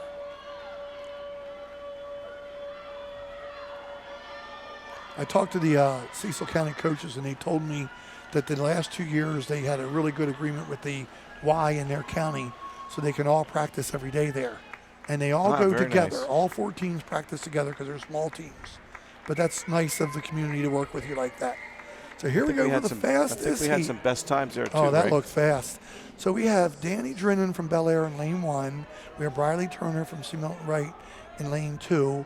We have Tegan McKendry from C. Milton Wright in lane 3. We have Kate Taylor from the Cougars, Boston Cougars in lane 4. We have Jade Andrews. So you're going to see a couple different styles here. Kate Taylor won her IM, and Briley won the 200 free. Tegan McKendry is known for her start, as you see her going out there Nice very straight well. line. And then, so you definitely have different styles here. Strength, speed, turns. Good look at Kate Taylor's turn. So this is the final heat here, lane 6. Lanes 3 and 4, which are the 2 leading swimmers right now, have a seed time within a half a second of each other. So this will come down, we believe, should the seed times play out, to basically a touch finish, and that's exactly what's happening right now. Stroke for stroke, stroke, stroke, stroke, stroke. It's fun to watch. So I think that's Tegan in the lead there, It is. slightly. Having a good turn. This is where your legs get tired, right? And you got to really kick, kick, kick to finish. Your legs are going to propel you to the finish here. So you can see this. Look at this. It's very close, but it looks like Tegan's going to pull this out by about a half a body length. Great race. Broke her best time by over 2 seconds. Yes. She's going to be very pleased. Briley Turner, great job as a freshman, getting 3rd place. And here's 5th place in lane 5 was Jade Andrews. Yep. Telling you, if you could just bottle that adrenaline, Ray, we could sell it and make a lot of money. Tegan's looking around like, did I get that? Did I win?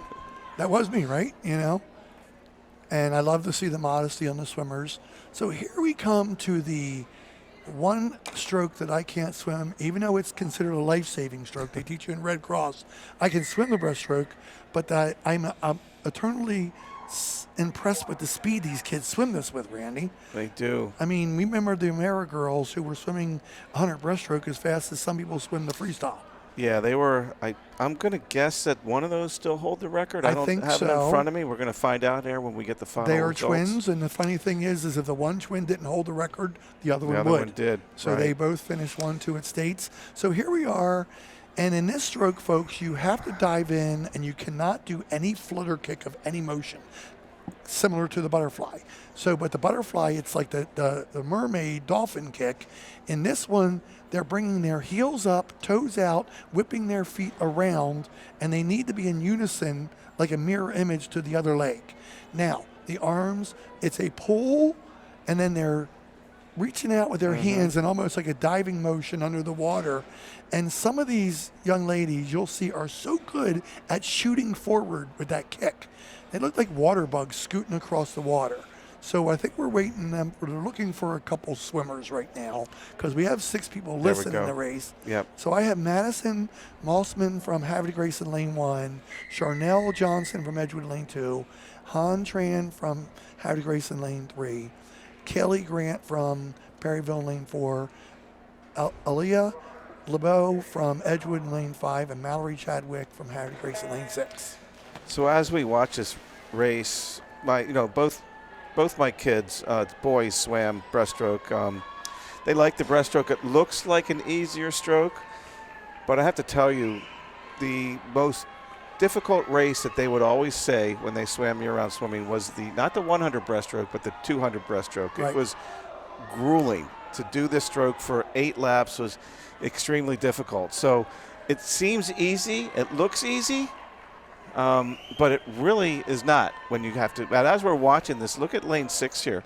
Yeah, that's the Go out. same young lady, Mallory Chadwick, that stole a heat earlier. And that makes me think that, her seed time is way higher than other people, so I'm not sure why she's in lane 6. It says she has a 1:38 seed time, so let's see how close she gets to that. So if she does truly have a 1:38, she's going to be a player for points in the meet. So you see her pulling the water and extending her hands out. She's going to touch with 2 hands, turn, drop a shoulder, push off. She can pull 1 time, then kick, and then she has to surface. If you do 2 pulls before you surface, it's another DQable offense, which Randy and I have been around this for a long time. It's devastating for us to watch them DQ 7-year-olds in summer swim, Right. but they have to do it. Yeah. And we have to tell the kid, you did a good job. So let's set this time. So she got 2:36. She beat her time, 1:35. 1:35. Yeah. So 1:35 is going to compete with not only the next heat, Top but 15. the heat after that. Yeah. And as Randy said, only 2 people per team can score. So even if, let's say, Bel Air girls have 4 girls in the top whatever heats, then, all 4 of them can't score. So we got one more swimmer coming in here. Here we go. You see the official on both sides watching closely. They're looking at this. That's a nice kick she has there. Touch with 2 hands. Good job. Randy ran off to give a former swimmer a hug. That's one of the nice things about doing a sport like this is you have so many families and friends that you know, and it's really enjoyable. Sister. That's her sister. Yes, I thought, So yeah. Randy's going to tell you right now, our record holder for the backstroke is Kara's sister. Yeah, Elizabeth Pennington set this record 5 years ago now. 100 backstroke at 57, sub 1 minute, 57:11. That's pretty good. So here we are with, I want to say this was Heat 2. Yes. And we have Genevieve Datesman from Seamountain Wright in lane 1. We have Jenny McCarthy from Edgewood in lane 2. No one in lane 3. Eiley Moose from Falston in lane 4.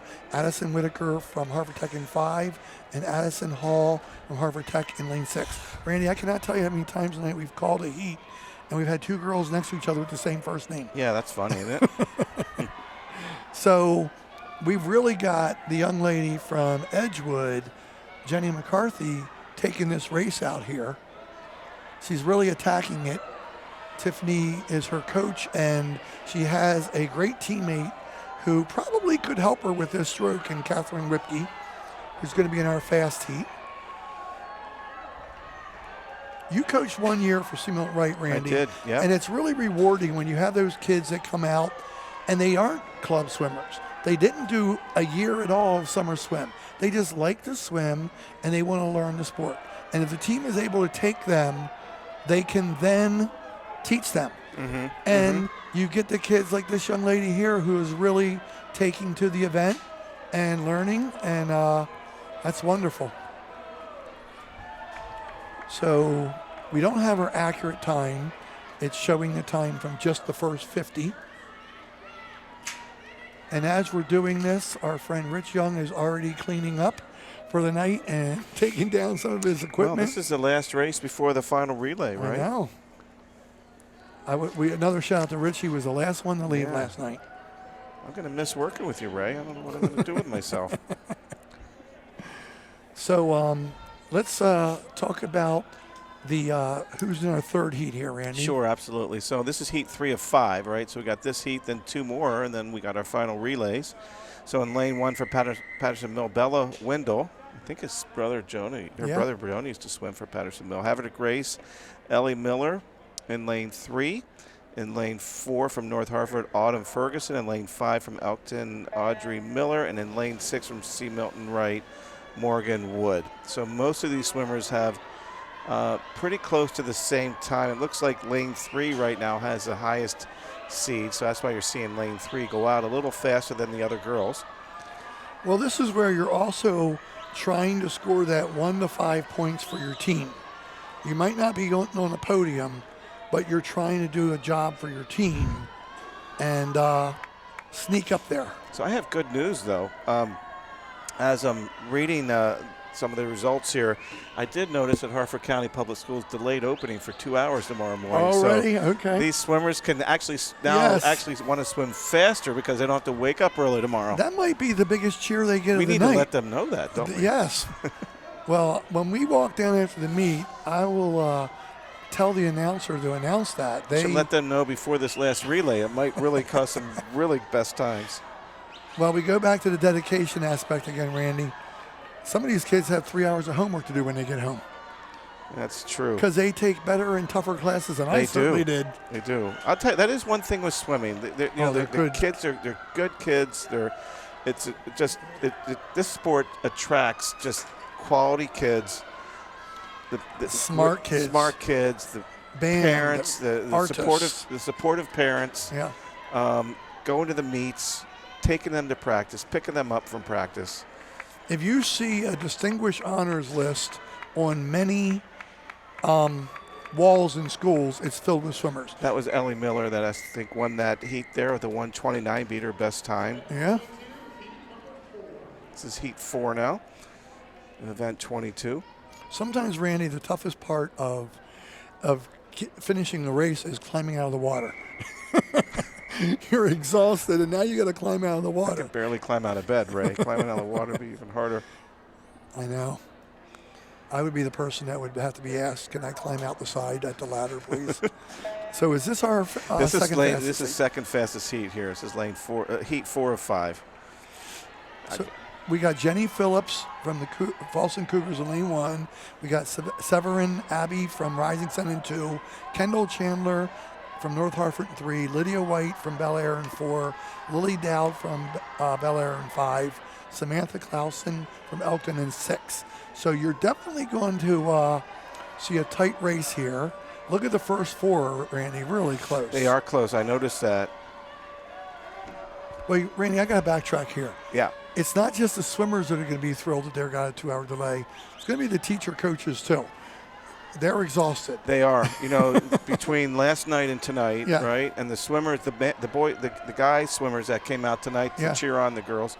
And then the parents, of course, the swimmers have to take the bus home. The parents got to pick up the kids from the bus.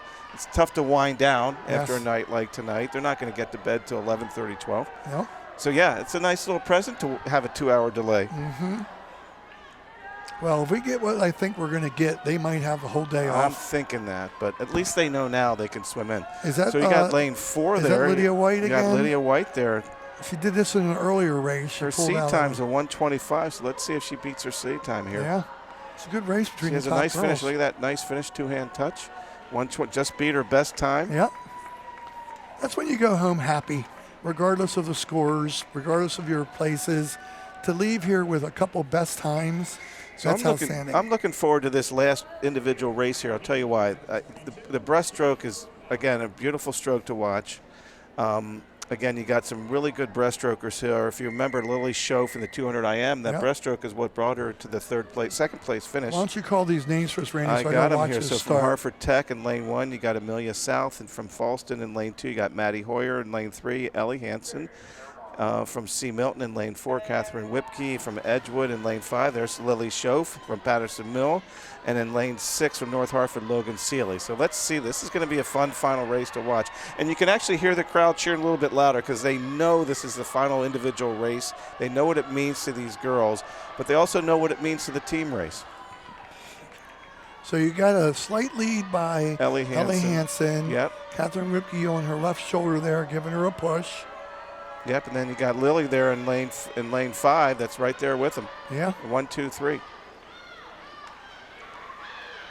So you see the walls.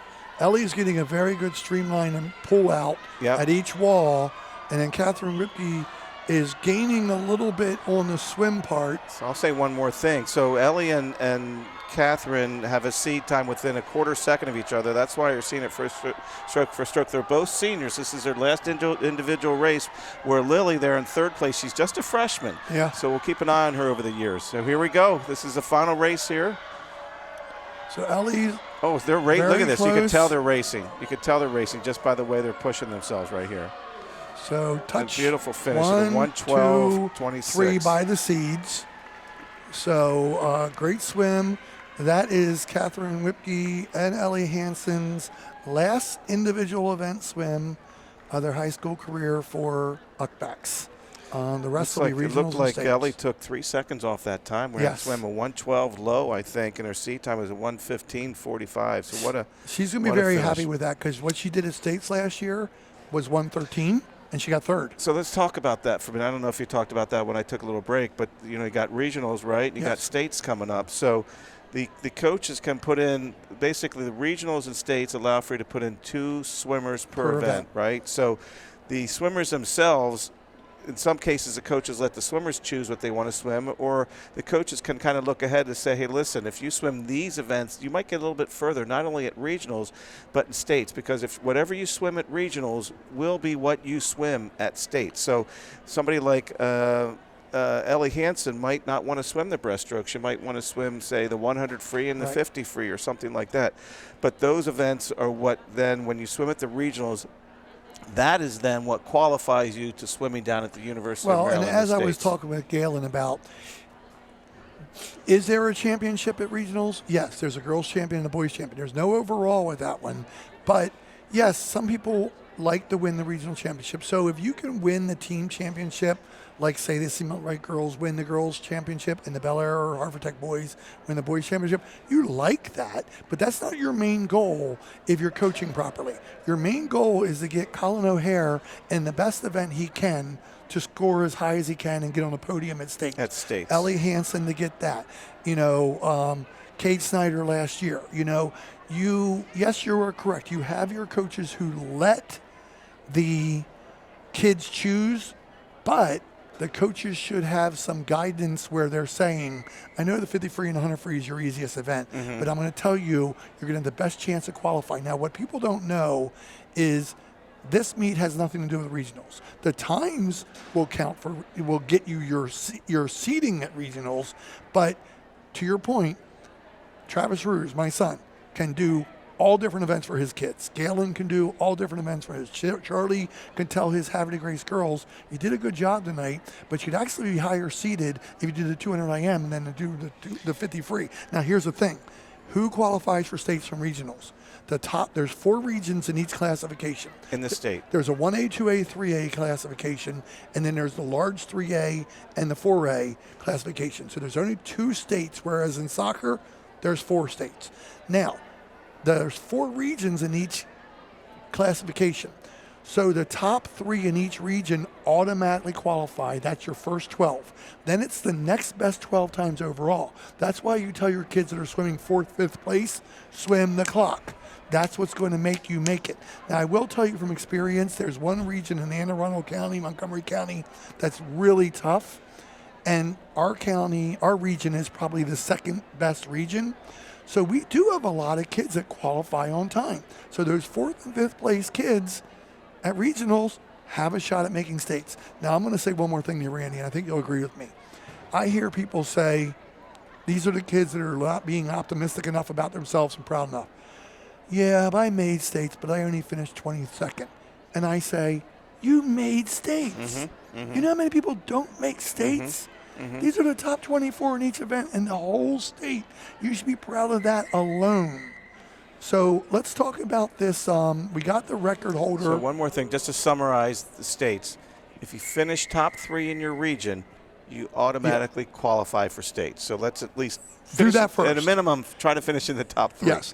All right. So You got the. did we get the breaststroke results yet? We did No? not. Okay, No. we'll get that record holder later, but we're pretty sure we know who it is. All right. So this is the final race of the night. First heat of 2. And you got 2. Obviously, you have 2 teams swimming here. One from Edgewood, one from Elkton. From Edgewood, you got Rowan. Michael and Lane. The other swimmer for Edgewood is Mo Roner, and Vivian Ellenbecker and Catherine Whipke. And then that was from Edgewood. From Elkton, you have Claudia Gursky, Sevi Weary Lynchfield, Samantha Clausen, and Carolyn Pennington. So This race takes guts. You have finished the meet. You have swam 3 events. Some of these kids have swam the 200 IM, 5 free, butterfly, stuff like that. Their arms are rubber right now. Their legs are rubber. They're tired. They're thinking, I haven't eaten in 4 hours because I didn't have enough time to eat between events. Hopefully they've been staying hydrated. And now you've got to tell yourself, I got to go out there and swim near my best split in 100 free at the end of the meet. And even though it's only 100 as we talked about, it's the 100 free at the end of the meet. So now this is where you're talking about people toughing it out and doing the best for their team. Looking ahead at the next heat, I will tell you that Bel Air has a very good relay. Havre de Grace has their 4 best girls again. Harvard Tech has a very good relay. Seamount Wright has 4 good girls. Falston has their top 2 girls in a very good relay. And then you have North Hartford being as well-rounded as they are with a good relay too. So this will be interesting. Be a fun race to watch. Seamount Wright has an outstanding relay. I will tell you that they loaded up more in the first 2 relays, which they got first then. So it'll be interesting to see what they can place here to see if they can pull out the team victory. So looking at this, we were correct. It's Lauren Amara from 2013 with a 106.70. To go back to your point about what people will choose, I can't predict, but now that Ellie's swam that 112.26, Right. she might want to do the She might breaststroke. want to do. That's a great time. That's a second faster than her 3rd place finish at States last year. So that's really impressive. And again, it's that person that is good at everything.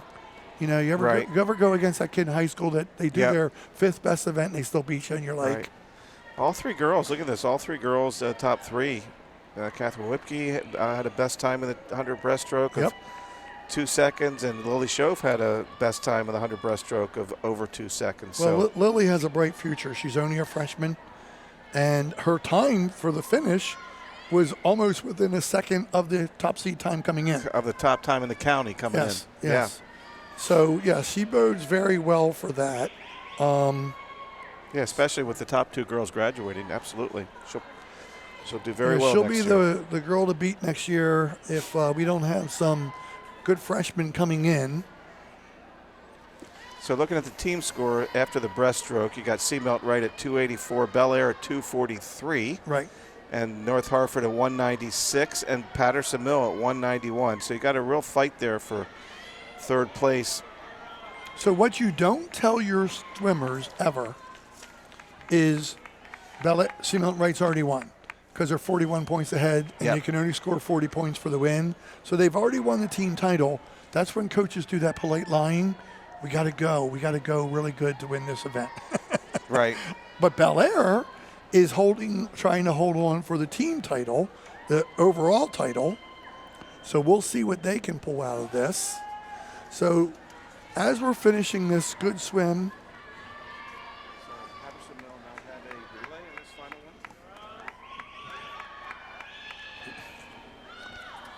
so it's not uncommon that some smaller teams don't enter all 3 relays.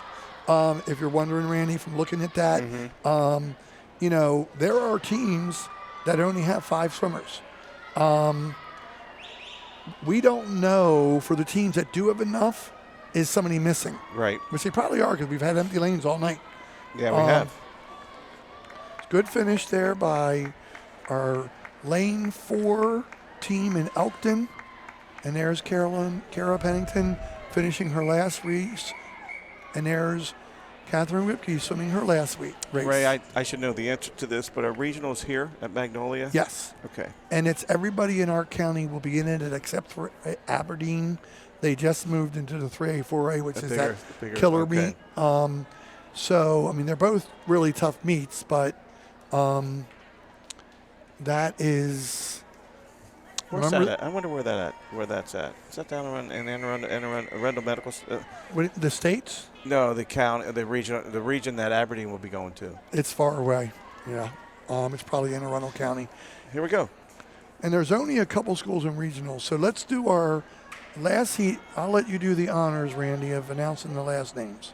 All right, here we go. So in lane 1, This is the final heat. Lane 1 from North Hartford. You have Emma Dorsey, Sophia Robertson, Kendall Chandler, Abby Hadding. In lane 2 from Falston, Emilia Shekels, Jenny Phillips, Maddie Hoyer, and Kate Taylor. Lane 3, Tegan McKendry, Libby Fisher, Ella Seifert, and Sierra Stamper. Lane 4, Bel Air. From Bel Air, you got Mave Ellinger, Danny Drinnen, Bella Surgeon, and Bryn Radicke. Pronounce that correctly. In lane 5 from Havre de Grace, Alex Ryan, Rayan Bresna, Hazel Halsey, and Gabby Brochu. In lane 6 from Hartford Tech, Alina Barchikowski, Quinn Lombard, Addison Whittaker, and Isabella Stoughton.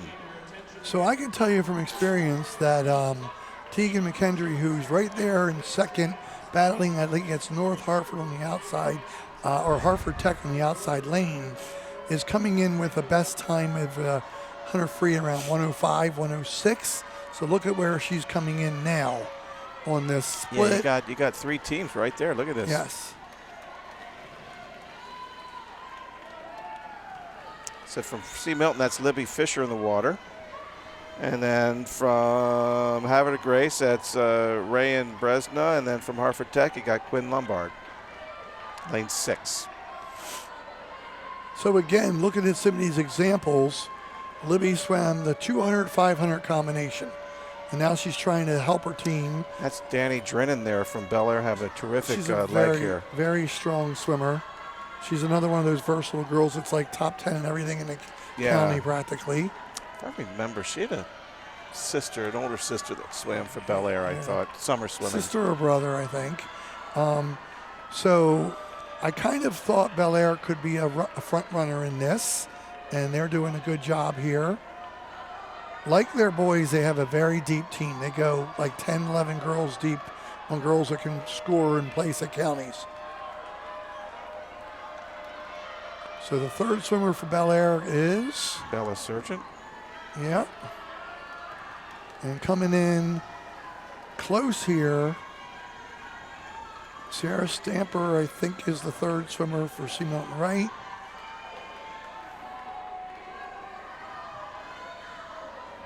Look at all the excitement on the end there. And the tired coaches. So, with the Bel Air coaches there cheering on their girls.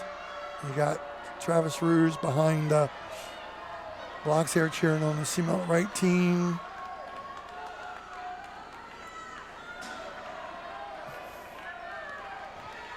So you got third place on lane 2, sneaking up on C. Milton Wright here, Randy. Yeah.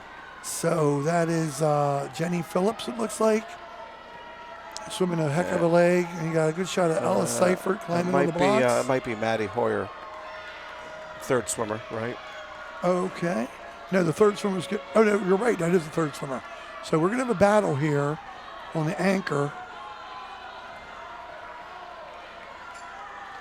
So look at Bel Air in lane 4. They are really, that's Bryn Radicke, right? Mm-hmm. Well, this is a really good battle. Yeah, she looks terrific, Bryn. She's going to finish this one strong. You got Kate Taylor racing Ella Seifert, and they're both 2 of the top 5 probably 100 freers in the county. Get out of the water, Sierra. What is going on?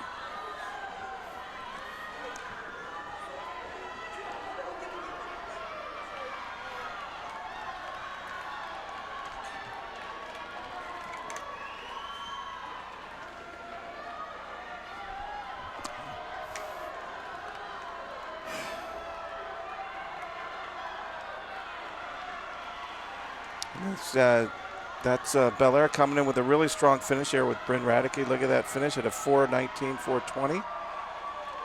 Lane 2 pulled out second place there. That was Falston with Kate Taylor. Had a great finish. Third.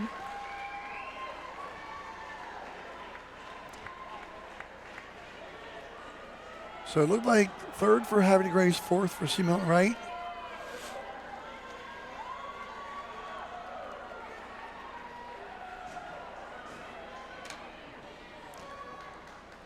Well, that was a fun night, Ray. I enjoyed this. It was wonderful. A lot of good swims. We're waiting for some results up here, and hopefully they'll be pouring in pretty quickly. They'll keep the swimmers around, and just tell them don't go away, don't go back to the gym, and they're going to try to pull together these last 4 event relays results and individual events.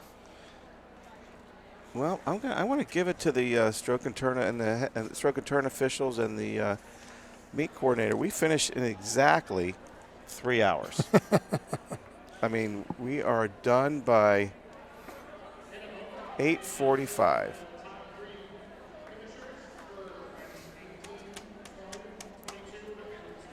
So we're going to wait and see here. We had a little discrepancy here on the meet, and there was a swimmer that could not exit the water in time for cement right, so we're going to see if there's any disqualification for their team for that. And then we'll get our 200 free results and podiums, 100 backstroke results and podiums. We'll get our 100 breaststroke, and we'll get our. I want to also mention I've sat in those stands many times. So if you see a lot of red faces up there, that's because it's about 98.5 degrees in those stands. It's very warm. There's fans going. There's doors open. So I want to say congratulations for those parents, grandparents that sat in those stands for the last exactly 3 hours since the start of this meet. It had to have been very hot up there. Last night I was on the deck, and it was very warm on the lower section, so it had to be burning up on the upper part. So tonight I only visited the deck with you, the lower section with you. So yeah, I was up top there when we took a little break there after the 500. It's pretty warm. I wasn't exaggerating when I said 98.5. It was pretty warm. So here we have host teams undoing the lane lines and doing results. So doesn't look like they gave a DQ. And we're going to wait for anticipation to give you good shot at fans up there, parents and others up there together. I know last night that I saw multiple people, grandparents here too, so shout out to the grandparents for coming. And as they're wrapping up here, Randy, any highlights of the night that stood out to you? I do need to say one thing. If we're going to read off all the records, I got to read off this last girls 100 record here Randy? from 2014. Cement Wright holds that record. It's going to be Lauren. It's a combination of Lauren Rutherford, Lauren O'Mara, Megan Cowan, and Erica Slotnick, my daughter, is part of the record there. So that's held now for 11 years. It's safe for another year. That's a great time. They swam that in I'll give it to compare. They swam that in 3 minutes and 43 seconds. That's amazing. Where the winning time tonight was 4 minutes and 19 seconds. Yeah, that was a, all-time team there, obviously. They have the record. But are you going to really try to claim any of the credit for this, Randy? No, I'm going to snap a picture of this and text it to my daughter is what I'm going to do.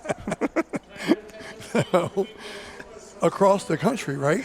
She just moved from Maple Grove, Minnesota to Fort Collins in Colorado. So, yes. So what we have here is Debbie Bazzer over in the corner here, lining up again. So you see the girls 200 freestyle girls coming over for their awards. So even though I'm going to repeat the teams again as she's putting the medals around their necks, we're going to read off the teams. So third place in the 200 freestyle relay was Patterson Mill with Lily Schopf, Hannah Harley, Grace Contance, Gabriella Rosso. And then we have Haverty Grace with Alex Ryan, Rayan Bresna, Hazel Halsey, Gabby Brochu, and the champions, C. Milton Wright, Briley Turner, Caitlin Lorenzo, Ella Seifert, and Ellie Hansen. So here we go with a good picture of the girls' podium. This is a 200 free, right? Yes. In second place from Haverty Grace High And then what you have here, Randy, is I wish I had the name. They announced it last night. A young lady from Harford Technical High School, Karen Gonzalez's daughter. She made the new podium as a part of her I noticed that. scout. And I noticed that. It is so much nicer and so much safer. I noticed the other one was a little bit like narrow and tall. And she said she wanted to thank her father and grandfather for helping. I noticed that. I meant to say something earlier. It's painted a nice color, nicely done. Thank you. Yeah. Another skill I don't have is building anything, Randy, so I appreciate people that have those skills. I was going to make a comment, but I'll just be quiet for now. Are you a builder? Do you have those talents? Yeah. I can hammer a nail. Very Yeah. good chance I'll hit my thumb and hurt myself. But so very nice. Girls 200 freestyle. Great job, ladies. And a lot of kids on that group that are friends with each other, swam club with each other, swam summer with each other. So now we're going to be calling up the girls. And there's Gabri. I remember Arasso. some of these There's girls. Gabri Arasso's mother. I remember some of these girls when they are 8 or 9 years Yep. old. I can't. I didn't mean to interrupt you. I wanted to call it out because it shows my age. I coached her mother. So, Randy, I am old. You coach Gabrielle Arasso's mother? Yes. No, Mother's. not her grandmother, her Okay. mother. Oh, her. So you coached her. I coached Gabrielle Arasso. Arasso's mother, How old are you, Ray? 125. Oh, that's how old I feel. I think you're the second oldest one here. So here we have the 100 backstroke, and I got to witness the transcending, or what adjective I'm using here, transcension of Tegan McKendry. She was swimming a 1-something teen coming into the season, Yeah. and now she's down to a 104.99. There's Doretta Davies. I just saw Yes, Doretta there. longtime coach and friend. Down to the left, right next to Rich Young in the gray. That was Doretta. I think Doretta came to your son's graduation party. She did.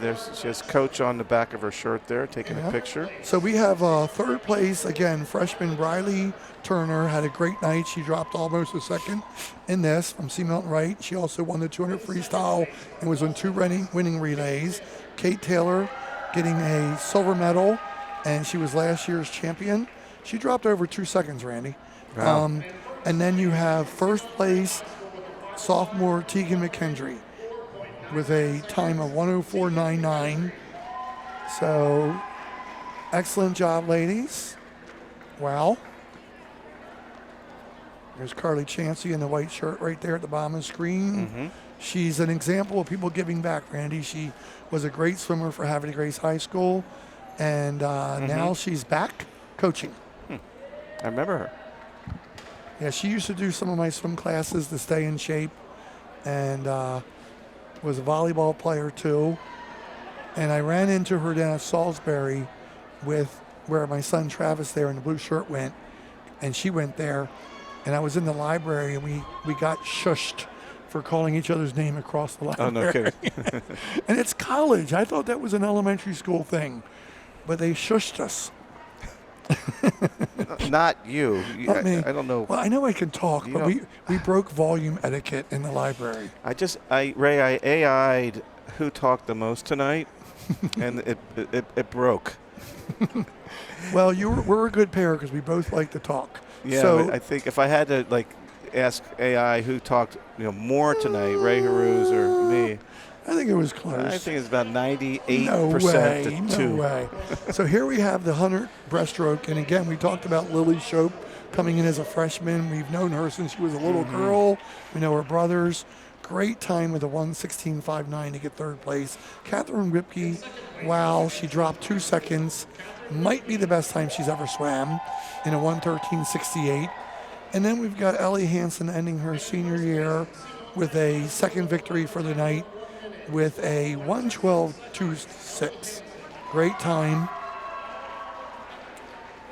And again, thank you to Debbie Basler for being here again. Debbie goes to all the championships and hands out the medals and does stuff. Catherine and Ellie took a picture together last year. They've been friends for years. It's that friendly rivalry / respect. Right. Yeah. You know? They're rivals in the pool, but as soon as they get out of the pool, they're great friends. So here we come for the 400 freestyle relay. And I'll start naming names here, Randy. We got Havity Grace in third place with Alex Ryan, Rayan Bresna, Hazel Halsey, and Gabby Burchot. They're all underclassmen, Randy. They're going to be good next year. They're going to be good next year, yeah. Yeah. So then you have Falston with freshman Amalia Shekels, Jenny Phillips, Maddie Hoyer, and senior Kate Taylor. Great swim. They gave Bel Air a good push. Mm-hmm. And then you've got the Bel Air Bobcats finishing off their night in a great job with Olive Alliger, Danny Drennan, Avery Alliger, and Bryn Radecki. And, 3 of those 4 are underclassmen. So they'll be back next year for Bel Air. Trying to see if this is our final results or if we have one more coming. That is event 24. So we need one more. This might be it here for the girls. Yes, I have the girls overall, and they'll bring us, the girls standings, and then I'll have the overall coming. That's after the breaststroke. 188. So we need one more for the overall. Yeah. And in first place from Bel Air High School with a final time of 4 minutes, 19.36 seconds, we have Babe Alger, Danny Drennan, Avery Alger, and Bryn Radecki. Great job, girls. So we had a lot of different champions tonight, Randy. Ellie Hansen was one of our 2-time winners. We'll do a recap real quick here while we're getting the girls' results. So we'll get our final girls' standings in a minute here. And I think we did find out that there was a DQ in that last relay. And I think Simone Wright won by 1 point.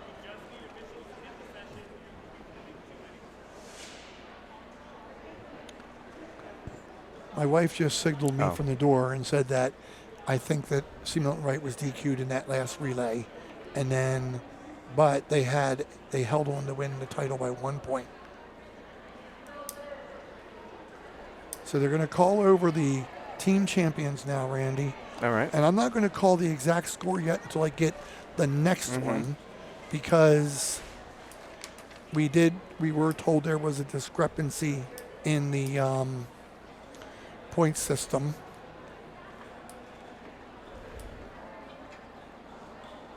So we will wait for that. Yeah, that's Coach Carolyn in the white shirt there. What's her last name? I'm blanking, but she used to coach with us at, Carolyn Cox? not sure. So they just announced let's hear this.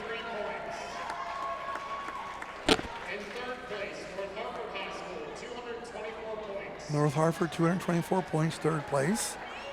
In second place, Bel Air Bobcats, 283 points. 283. And in first place, with a score of 284 points, Simone Wright High School. Okay, congratulations to Simone Wright High School for winning the girls' champion. Debbie Bowser is walking over to present them with the plaque. So that shows you why it's important to build your lead. They built a 41-point lead, and because of the disqualification, they did not get their 400 free relay points. And they would have won by about 30, but they held on by 1 point. So here's a good picture of Ellie Hansen and Riley Turner with the rest of their teammates holding the plaque.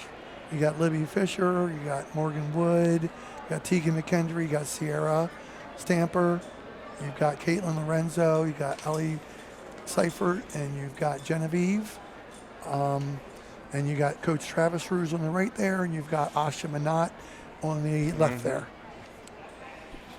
And my daughter, Jamie Ruse, is an assistant coach, not there.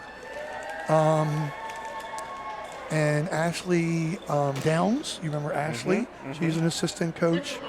And Ashley was kind enough to coach the first half of the season before she was moving to Virginia for a new nursing job. And then Combined team scores. here's the combined team scores.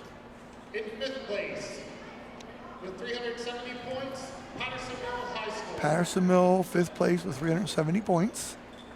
In 4th place with 403 points, Falston High School, 4th place with 403 points. In 3rd place with 486 points, Seamountain Wright High School. Seamountain Wright, 3rd place.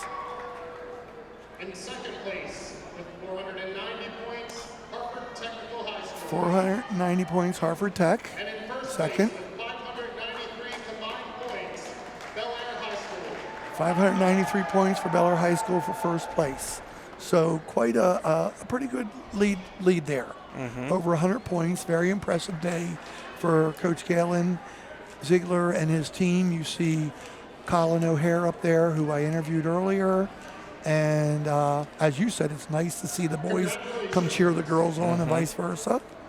So Randy, before I wrap up my final thoughts, again, thank you for telecasting with me. And what's your take from this meet? Loved every minute of it. It comes back to what we said earlier at the very beginning. The relays are so critically important, and individual races are so critically important. That last DQ cost C. Milton almost cost C. Milton Wright the girls' championship. They won it by 1 point because all the individual races and the winners there really was what made the difference at the end of the night, was what made the difference in the meet tonight. Well, very exciting, happy to be involved. And to that point, the young lady that was responsible for the DQ, she scored a ton of points for them tonight. That's so what she helped them. Helped win. Every race counts. So anyhow, to wrap it up, folks, our champions for the night were Seamount Wright girls. Our champion last night were the Bel Air boys. The overall champion, Bel Air boys and girls.